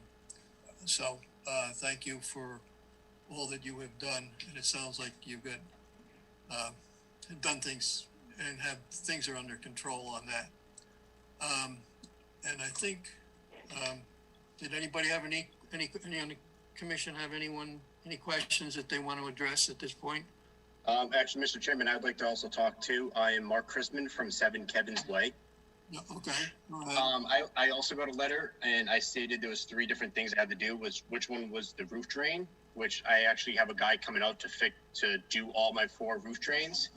And then also number 2, which was to clean out that septic at the end in the street, the one that's in between 3 and 7, me and Robin's house. I'm going to be calling probably Wind River Environment. They handle our business over in Foxborough, that I know that they can come out and clean it or look at it. So I'm going to get that addressed this week. And Storm Scepter. Yeah, the Storm Scepter. Yep. And then also number 3 was the cleaning out behind the house with I think it was number 61 in the specifics. I actually got that cleaned out yesterday and today, so that's all taken care of. It looks great back there. But Landis also, I remember, when we talked that one day and we looked over to that area that there's water collecting, I think you and I both agreed this is not graded the right way on that property. I've had a bunch of people look at it and it just doesn't look right from me where I'm standing on top of where my front door is and I look to the left. It just doesn't look graded at all. It just funnels into like a little bowl. So all our storm drains work. We tested it out about a week ago. That drain in between 3 and 7, the one that we have to get cleaned out. Robin, me, Scott filled that drain up, and the water did come out that basin at the end. So I don't, there is a tank at the bottom that gets filled up first, and then it comes, and that's the overflow that goes in there. So that has worked for us. There's water that fills out. We have video to show it. So I don't, anything that's coming from that basin it's going into that area right there, and we have video to show it. So, but that's all I really wanted to say, because those 3 things that you wrote to me, I'm getting those addressed hopefully within the next week or 2. Okay, thank you. Thank you. We appreciate your looking into these things in an expeditious manner. It sounds like I just want to take care of it because I feel bad for the neighbor that has a pool in the back of the yard. So I got to look at it too, and I feel bad for them. So hopefully it gets addressed. Good, thank you. Landis, did you want to add anything?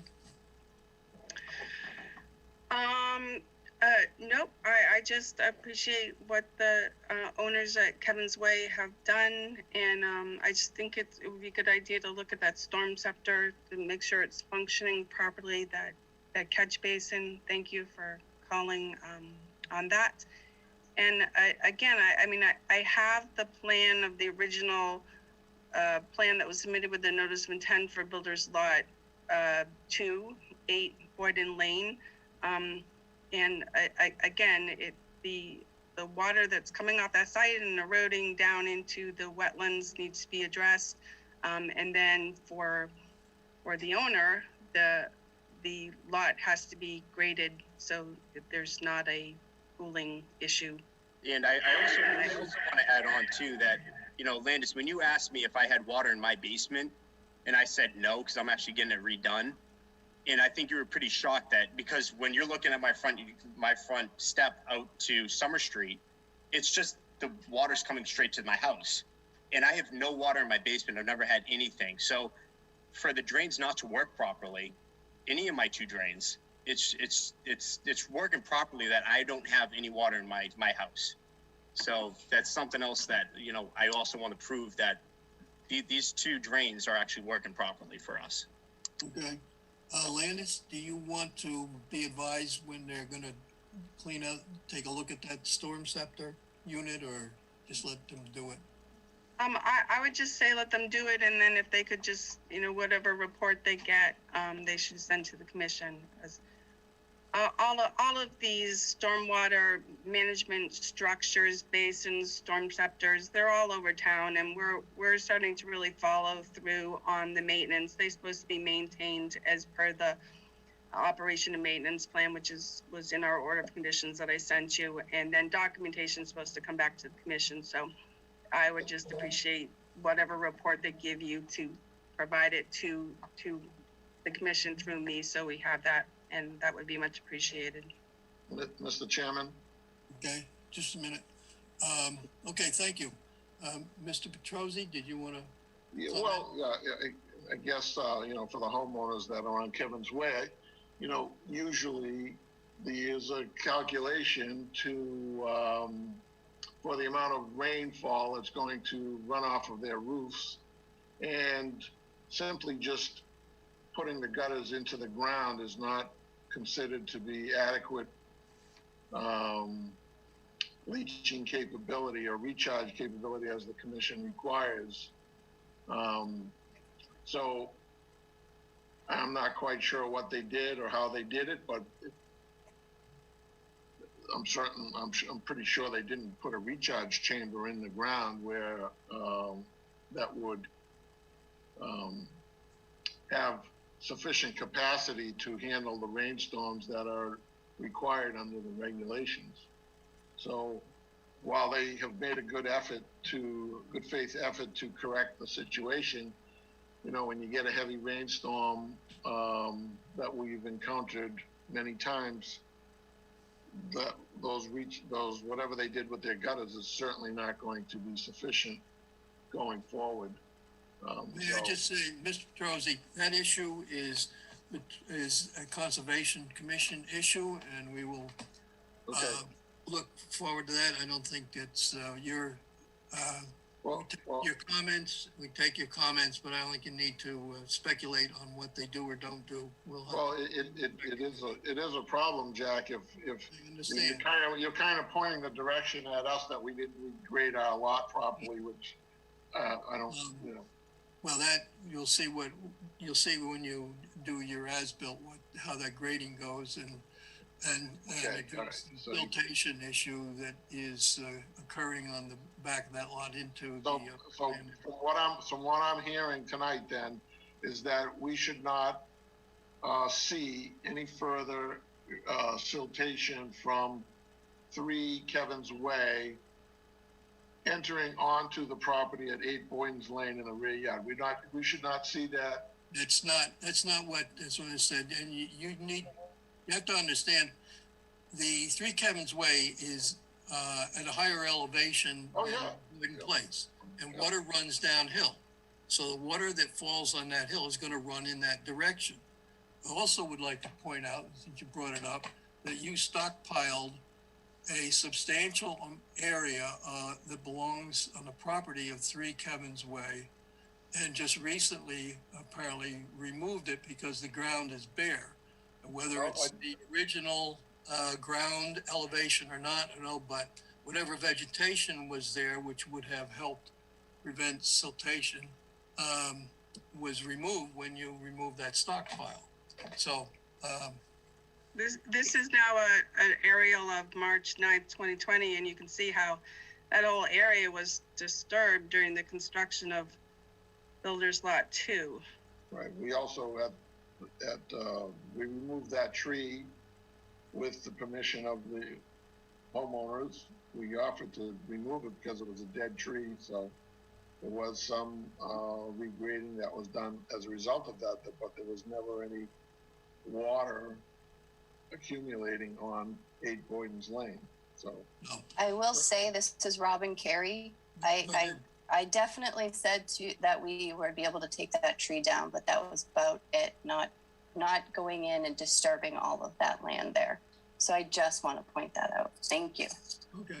All right. So, is there anything else you want to add, Mr. Petrosi? Oh, well, we'll just take a look and we'll monitor it, and if the measures that have been taken solve the problem, then we're good. Good. Okay. Well, I have a question. So when is since one of the questions that came up that hasn't been answered is, are the grades the way they should be on that builder's lot? When is the as-built going to come to us? By the next meeting, maybe? Betsy, we submitted the as-built back in the fall of 2020, and Landis wanted the the grass to be growing before she would sign off on it. So there's not really much that's going to be different than the as-built that you have. Then there may have been some settlement in the back of 8 Boyden that might have contributed to the little bowl that has accumulated the water from all the water that's being sent in that direction. There might have been some settlement as a result of that, but the as-built plan that's there that you have on file is the as-built plan, and it's not going to change other than we need the grass to grow in order for it to be vegetated and stabilized, as they say. So if a bowl was created by having water running where it shouldn't be running and not being stabilized, does that bowl have to be fixed? There is some regrading and some relooming and seeding that has to take place in that direction. We were prepared to do all of this work and work on the neighbor's property as well to help the situation, as I mentioned during a previous meeting. And we weren't allowed to do that, so no work was completed on that day. But so by what date are you going to have your regrading done? We're waiting for our contractor to be on site, and then we'll take care of it. You see the plan that I just put up? Yeah, Landis, where is this bowl? Okay, so this is the plan that was submitted with a notice of intent. This is not the as-built. So this grade is 268. This grade is 268. This is the way it was proposed, and this is the bowl. So this would be an upland then, wouldn't it? 268, 268? Yeah. So the area that seems to be accumulating most of the stormwater is outside the buffer zone. And as I stated earlier, I think this is an issue between property owners, or it's an issue with the developer and the construction of the lot. But what is occurring is the accumulated water, some of it is running down, and there's some erosion that's occurring down here by the wetlands area. Yeah, and that's primarily because. But it seems to be the way that this was graded. If it's 268 here and 268 here, is it 268 here in the corner where? I don't know. Well, yeah, I think the lot needs to be graded properly, and when you are finished with final grade and stabilization, that this corner should be fixed because of the grading of the lot. This is all up. But you do understand that the siltation that was in that location that you're identifying was coming from the adjacent lot, not from the existing lot. So there's two parts of the problem. One, hopefully we've addressed, the neighbors have addressed. The second part of the problem is we need to address, and hopefully the combination of those two will solve the problem for the homeowners. You know, we're just. Okay, but I'm seeing two different approaches here. The Kevin's Way abutters are getting all of their things done in amazing time. I mean, I don't know how they're getting the work that they're doing done so quickly. And so I think it's legitimate to ask, when is the work on your lot going to happen, Lou? I mean, they're getting theirs done in a week's time. It's actually quite remarkable. Yeah, it is remarkable. It is. It all depends on whether they've done it correctly or not, too. So I'm not going to put a timetable on when. The problem is the water coming from the adjacent lot. The problem is not on this property. So it's not coming down this slope at all. Quite frankly, Betsy, I don't think we need to do anything other than re-sod or re-loom and seed the area that's been inundated with the water. So, what's the timetable, though? I mean, the timetable is when we have available personnel to do it. I get a little bit concerned. This is just sort of a general comment as a commissioner, because we have a bunch of enforcement orders, and we just told the person at Lost Brook Trail that he needed to do this or that by a certain date, and Kevin's Way people are scrambling to do this or that by a certain date. And it bothers me a little bit that we're not asking everybody. What would be the enforcement on this lot that you want to try and claim? What's the enforcement that you need here? Oh, so it has to be something like an enforcement? I mean, No, I'm just, you're making a representation that you've got all these enforcement orders all over town.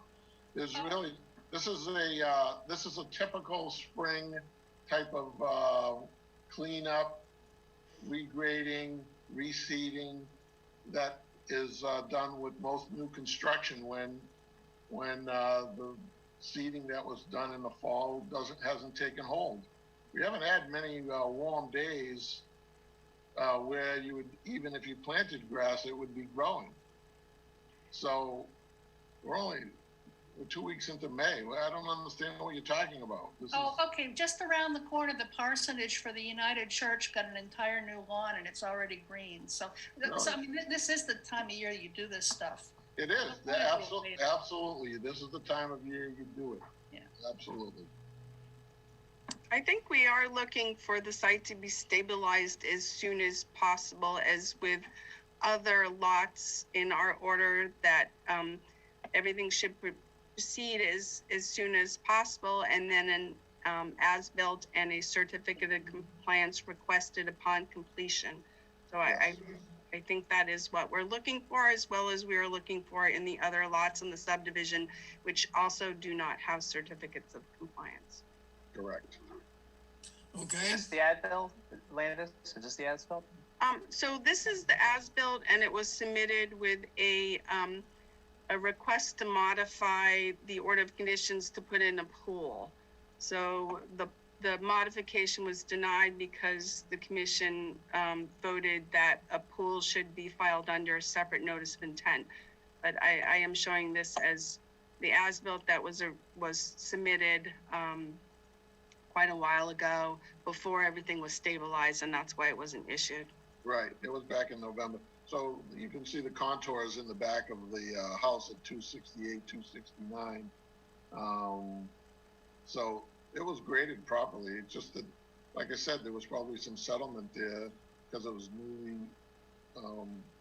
loomed and seeded. And the accumulation of water and whatever settled that little area into a basin, you know, but it was contributed by all the water that was coming in that direction. So, like I said, there probably has to be some touch up there in the grading, but it's not like a problem that was caused by this lot or by Wall Street. So, I don't know. And as you can see, we have the water that's coming off the hill, where is that going? Going across, most of it's going across the driveway in the front here, of the house. Here? Well, not there, but I mean, that's a minimal amount of. It's coming from all the way up here.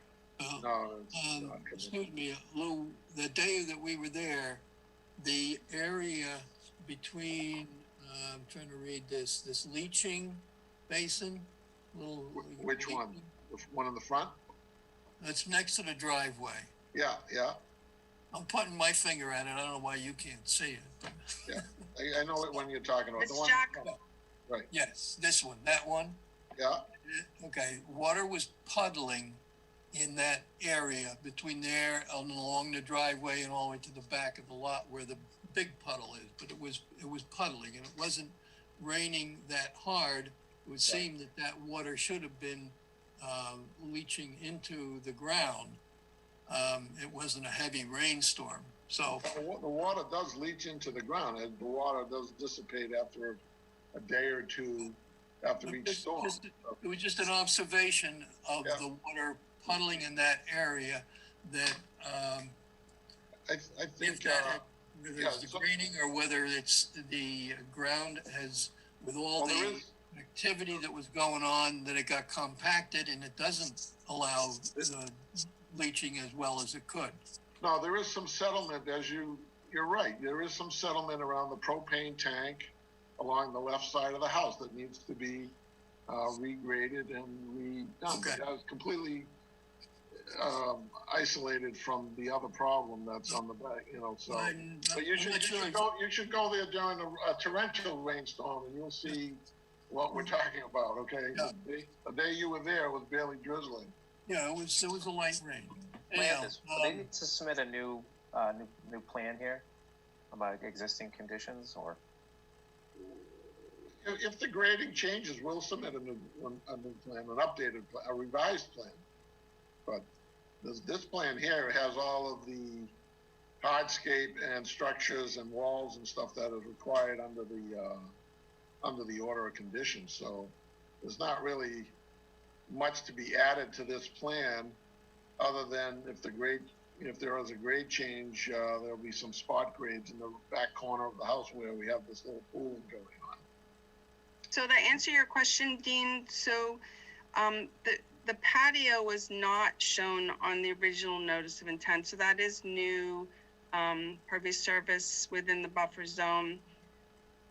You know, it's up to the commission. Usually they allow some variations to the original plan on the as-built, as long as the engineer provides documentation that it hasn't impacted the wetlands area. I don't know what the patio being there, if it's changed any of the drainage patterns that the original plan proposed. We'd have to look at both the original plan and the final as-built plan when we get it. But, you know, I would say that the Kevin's Way owners have addressed the concerns that were outlined in the letter from Wall Street Development, and then the other issues having to do with drainage on the site need to be addressed by the developer. Okay. Anybody have any other questions? Yeah. Which way does the is this patio pitching towards? Is it just straight back? Do you know? I'm pretty sure it's flat, straight back. Seemed flat to me. Yeah, I think it's pretty flat, straight back. Okay. Now, what we were going to do, as I mentioned, was we were going to create a swale along the back property line on the neighbor's property to direct the water down away from both properties into the wetlands via a swale. And I think that's still what needs to take place to solve that part of the problem. And whatever else remains as a problem will have to do on the homeowners of 8 Boyden Lane, which would be somewhat maybe of another type of swale that does the same thing. And in the event that they do go forward with a proposed pool, that will all be addressed as well in terms of future runoff from the property and grading with regard to the pool. But it'll be a separate notice. Right. Yeah. To me, it was a very simple solution, and unfortunately, it wasn't a simple fix. So that's why we're here, and I appreciate the commission taking this up, and hopefully we can address the problem for the homeowners at 8 Boyden Lane. Okay. Thank you, Paul. Thanks very much. All right, now, I got those pictures up. I said I'm viewing Landis Hershey's screen. You're still viewing my screen? Oh, well, no, I got those that you showed, the aerial and the plans. Now I've got my desktop back. Oh, your desktop. That might be Landis's desktop. It's Landis's. You're still sharing. Oh, did I not? I have to get out of share. All right. Jack might be like, why is my mouse not working? Hey, I'm doing better than John Glosser. What can I say? Jack, you're done with me tonight? Yes, Lou. Thank you. All right. Good night, everybody. Thank you. Thanks. Okay. I miss him. Let's see, anybody else that was on there that wanted to do anything more? Kind of have talked this fully tonight. We'll see how I think everyone is okay. Yeah, everyone is. When I'm sharing my screen, it's hard for me to see chat, but I don't see any other comments. to do with my agenda. Okay. What else do we have on here? We got Wall Street. So you covered the letter, and what was the coastal vegetation management plan? Didn't we have that last hearing? Well, we have 70 Anderson Way. We have 70 Anderson Way on the other side. Oh, we have 7 Anderson. That's on. Are they on? Anybody on for that? Is there a representative from 70 Anderson Way on?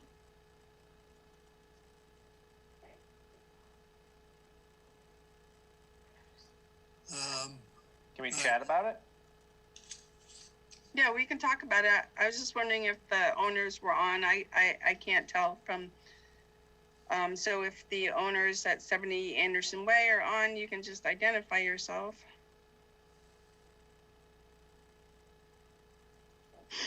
Okay. So, do you want me to get the aerial up again? You want me to share Works for me, yeah. a picture? Yeah, let's do it. Okay. What was that map function you were using? So that is, that is called Near Maps. And it's something we just recently got. I wish I hadn't signed out of it. How did I? Is that different from the Googles? Can you see my screen now? Yep. Okay.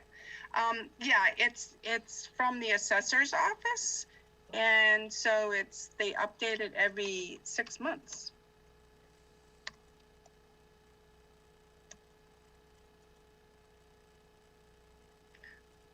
For some reason I can't remember my password. Sorry, hold on. 11111. Yeah, should be. Just tell us and we'll remind you. Rebels 1775. More time.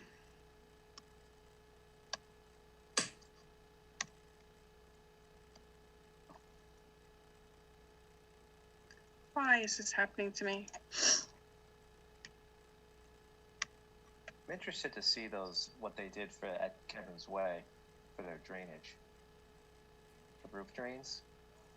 Did they send you pictures, Landis, on that?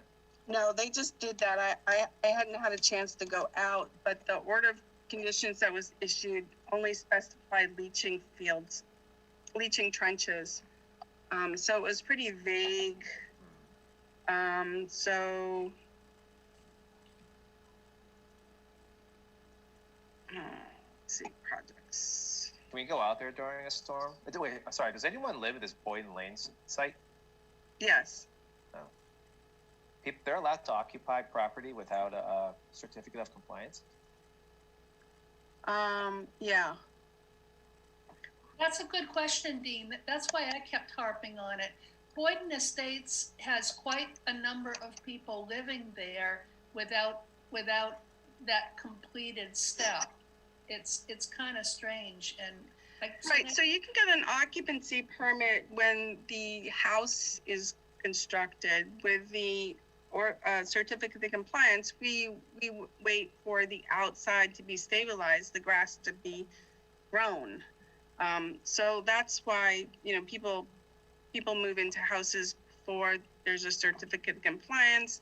It depends. A lot of people will put some money into contingency to make sure that all the work is done before the certificate of compliance. Some people seem to be oblivious about the whole process. It kind of runs the gamut. The commission, we always try and hold the developers' feet to the fire to complete the project. But sometimes a lot of times paper get passed. People own property prior to getting that certificate of compliance. I mean, there's definitely grasses you can grow in late season. Right, yeah, there's always a timing issue.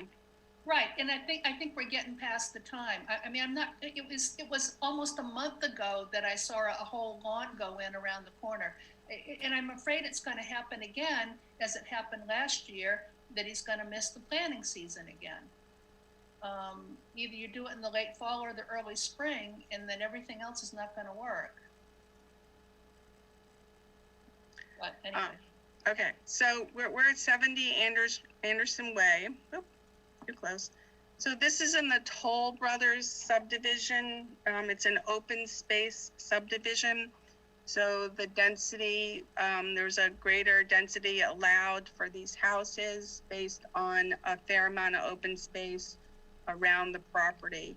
The Conservation Commission owns part of the open space along Bird Pond / Neponset River. And then the rest of it is called CR2, and it is owned by the Neighborhood Association, the Estates of Walpole, but the Conservation Commission holds the CR. So this particular lot, you can kind of see that there's lawn, and then there's a rock wall here, which I'm pretty sure is the property line. There is a bound somewhere around here, I think, which is the bound for the open space. They cleared from here to this rock wall, pretty much, all along here.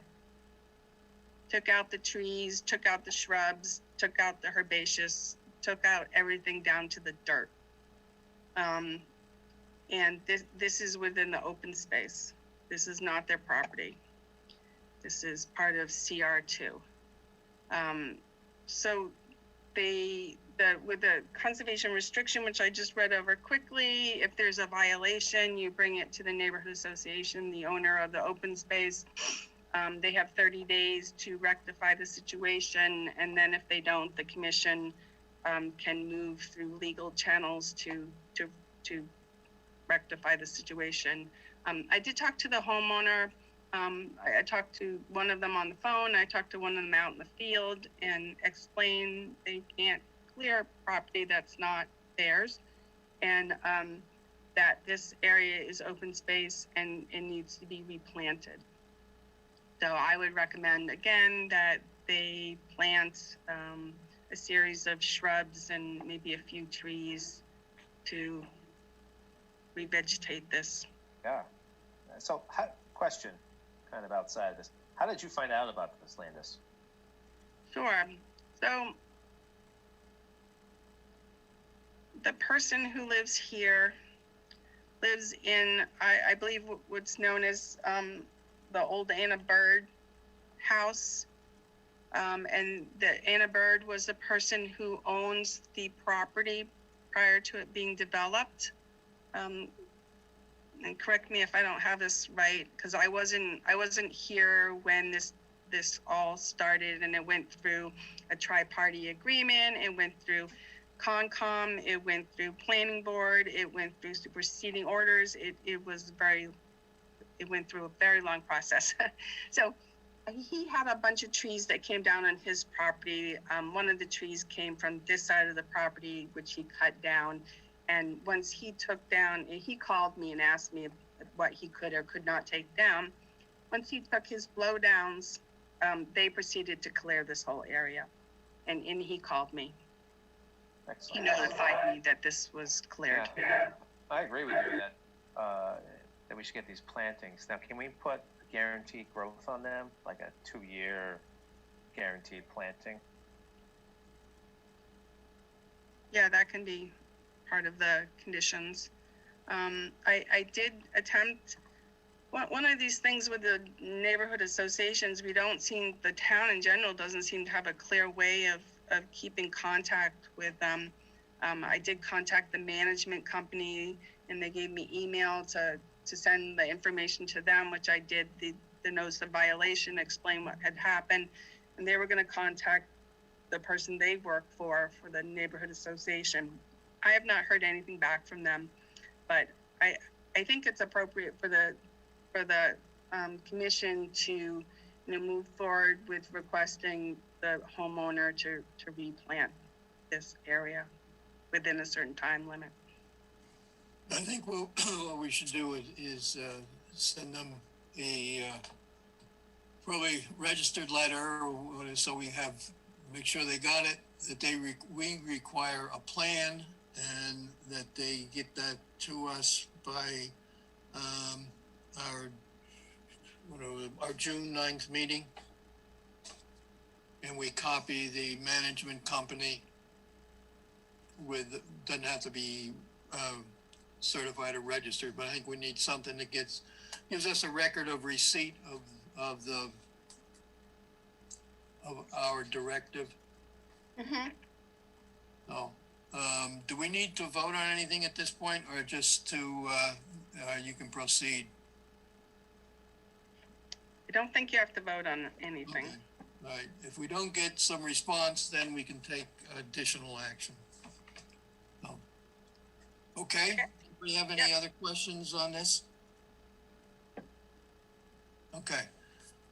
Moving along, back to we had that Mass Coastal Vegetation. Oh, that's correspondence. Was there any more to go on that? No. Okay, so that's nothing there. All right, the capital budget. Is there anything, Lance, did you come up with anything? We have to get something into the town administrator's office if we want anything for capital budget. Did you come up with anything? I did not specifically come up with anything. Right now, what we do through capital budget is the treatments of the ponds, Clark's and Turner's. It's kind of has fallen under conservation. So I think the last fall when I put in for capital for that, I did outline a 5-year plan. There's at least a 3-year plan. I'll have to check with Patrick, so I have to update that. But we have other than that, fund management. My only thought was we get that Summer Street project that we might want to have a boardwalk put in between the Summer Street project and the conservation land on the other side of Cedar Swamp Brook to connect in there. Apparently there's there are some trail systems in there. I was thinking that we could do that. And I walk them all the time. So I was going to ask about that capital project. Can we get like trail maintenance any budget for maintaining some of these trails out in the Walpole, not the town forest, but south of that in the Cedar Swamp? Because there's a lot of trails out there that are in disrepair or could use some markers. Or, I mean, I walk out there every day, so I'm just curious. Have you talked to the Trails Committee at all? I know, what's his name? Gary Glenn Maffey was interested in that area as well. Gary Riggett is the chair of the Trails Committee. But I think, Dean, aren't you asking whether we could put into the budget something for trail maintenance over and above, in addition to whatever the Trails Committee is doing? I mean, the Trails Committee works on very little money. It's just mostly volunteers with their own chainsaws. So this wouldn't be budget. This capital budget's different than budget. The capital budget would not be for that. If we were looking at a boardwalk, that I think might be considered capital budget item. Well, what about a bridge over the Neponset then? Right here at the, At where? Eversource right away. Just spitballing, we can say no. It would be over $5,000. So what I would suggest is, because this capital budget request is like within a few weeks, that it has to be provided to them.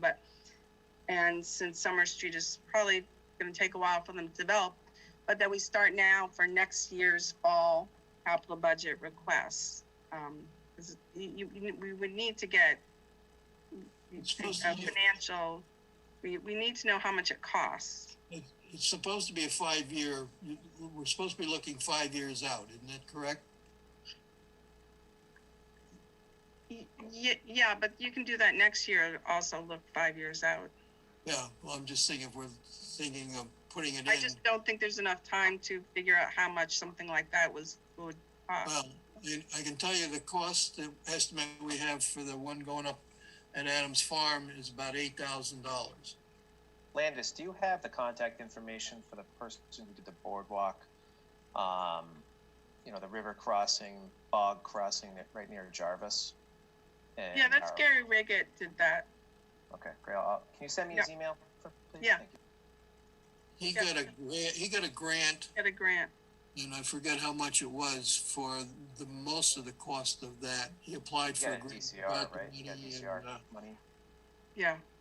And I forget what the cost was, but he would probably have that information. But I know the one we just are in the process of doing, the estimate is around $8,000 now. So we're looking at probably something in that range if we were going to cross over the Cedar Swamp Brook. So I don't know if you want to put it in or we want to hold it off. Let me run that by Patrick and see if it makes sense to look something up. Yeah, I'll run that by. I know you mentioned before, but let me run that by him and see. I know with just coming out of the pandemic that they're not going to want to fund a lot of capital budget stuff, but let me see if it makes sense this round or to wait for next fall.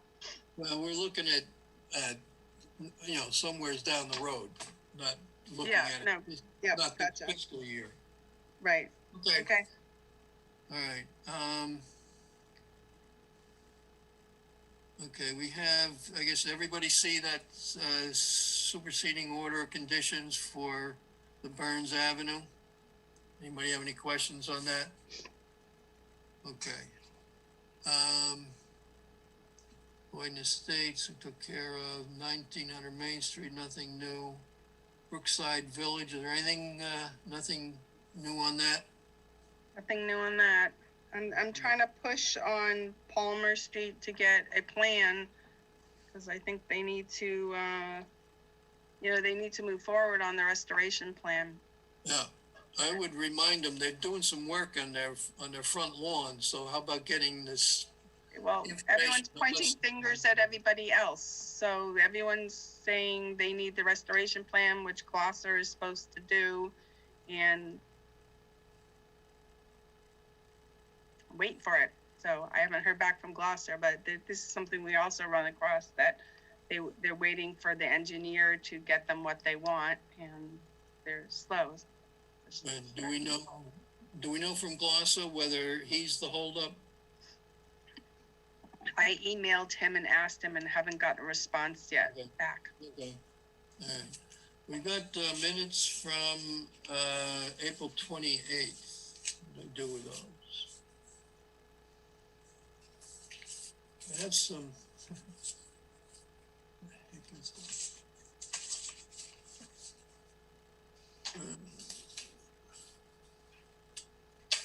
Okay. All the way through on the minutes, Ellery, you wound up having the vote total to 8 people, and you got Emilio listed twice. So I guess he's got he's looking in the mirror. He's got a twin brother. So if you want to, I think that should be corrected. Yep. Every vote is got an extra Di Virgilio in it. So if you can correct those without going through each one, but I think pretty sure it's every vote. Yep. That should add up to 7, one way or the other. Now on page 2, at the top of the page, the end of the second paragraph. Yep. Oh yeah, it just kind of stops. It said, yeah, kind of that it refers to, and I just wonder whether that should be bylaw. Yeah. Would finish that sentence? Yep. Okay. All right. And another, okay, on page 3, about midway down the paragraph, down the page, you have Shield on the left-hand side. Right hand says Patrick Shield, and then it's blank. So he was saying something. I think it had to do with the fencing. Yeah, I'll have to reread that. I missed that. The something should be filled in there, Yep. I'll highlight that to go back. or else take it out. Whatever fits there. What it looked like, it had to do with the fencing along Route 1A. And I think, okay, on page 4, under enforcement orders, the end of the first paragraph there, probably the second paragraph, where there's a gap. Okay, it said that Truax would have a plan prepared a week before our May 12th meeting. So I don't think that was the 12th, that's today, right? So I think that was, didn't he say that, did he say the 20, would that be?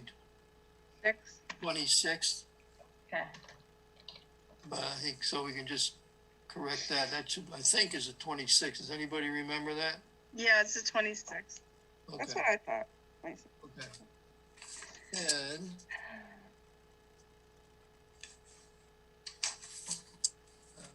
anybody have anything else? Okay, so I want to move the minutes as noted. I'll move them. That's, you've got a second? I'll second. That was Emilio. Okay, all in favor? Dean? Aye. Bailey? Aye. Doug? Aye. Emilio? Aye. That's See, that's why it happens.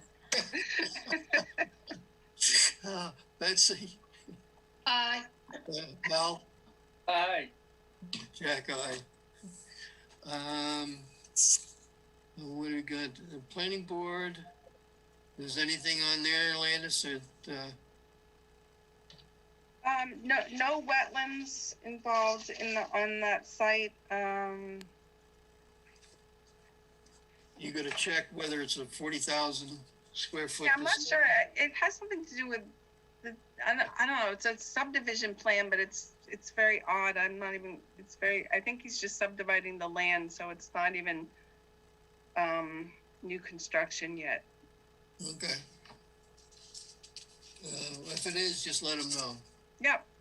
Okay, I think, is that it? Have we covered, we got a request for certificate of compliance from Rolls-Royce. Yeah, they still haven't submitted their revised as-built. They had a couple of areas that they had to revise and he hasn't submitted it yet, so. Okay, so that's not ready yet, okay? Still waiting. So, there's one, you have a Division of Fish and Wildlife, draft priority habitat map. That link isn't working. It's not working.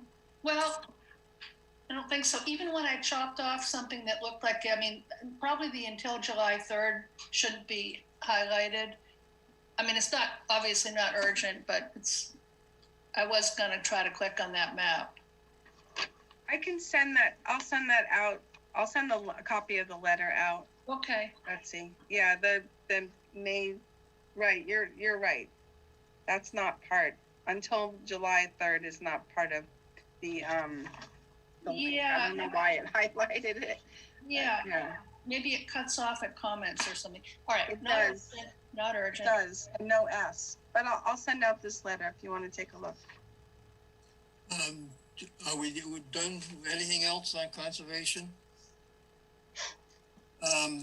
Betsy put something together on an old hotel that was in Walpole.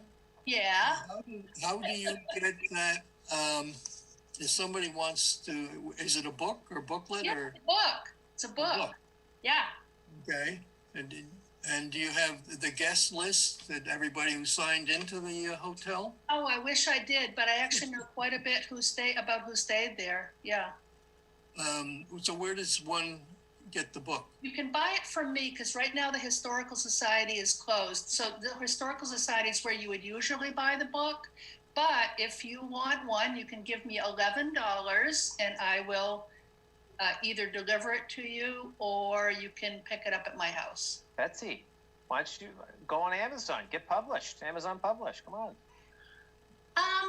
Because it's just an Historical Society book, Walpole Historical Society. It's actually kind of racy in places. Yeah. You're not gonna spoil it by telling it so bad. No, you won't. You'll never guess how. Yeah, but anyway, so. I'm $11 intrigued. Okay, well then you got my email, you guys, so you can arrange. Either you're picking it up at my house or I'll deliver it to your house. Either way is fine. Okay, but we can make those arrangements. Right? Okay. Jack, are you concerned? What? Am I concerned about the racy issues? Yeah, this is 19th century. Ankles, oh my God, I saw Susie's ankles. Anyhow, I just noticed that and I thought that was, so Betsy's busy in her retirement here. Hmm? I've turned into an historian. Okay, anybody have anything else? Congratulations, Betsy. Okay, so someone moved to close the meeting? I'll move that. I'll second. That was second Emilio, so everybody just say aye. Aye. Aye. Aye. Okay, thank you all. Have a good night. See you later. See you Thank you. Good night. Give me a Good call. suggestion, Betsy.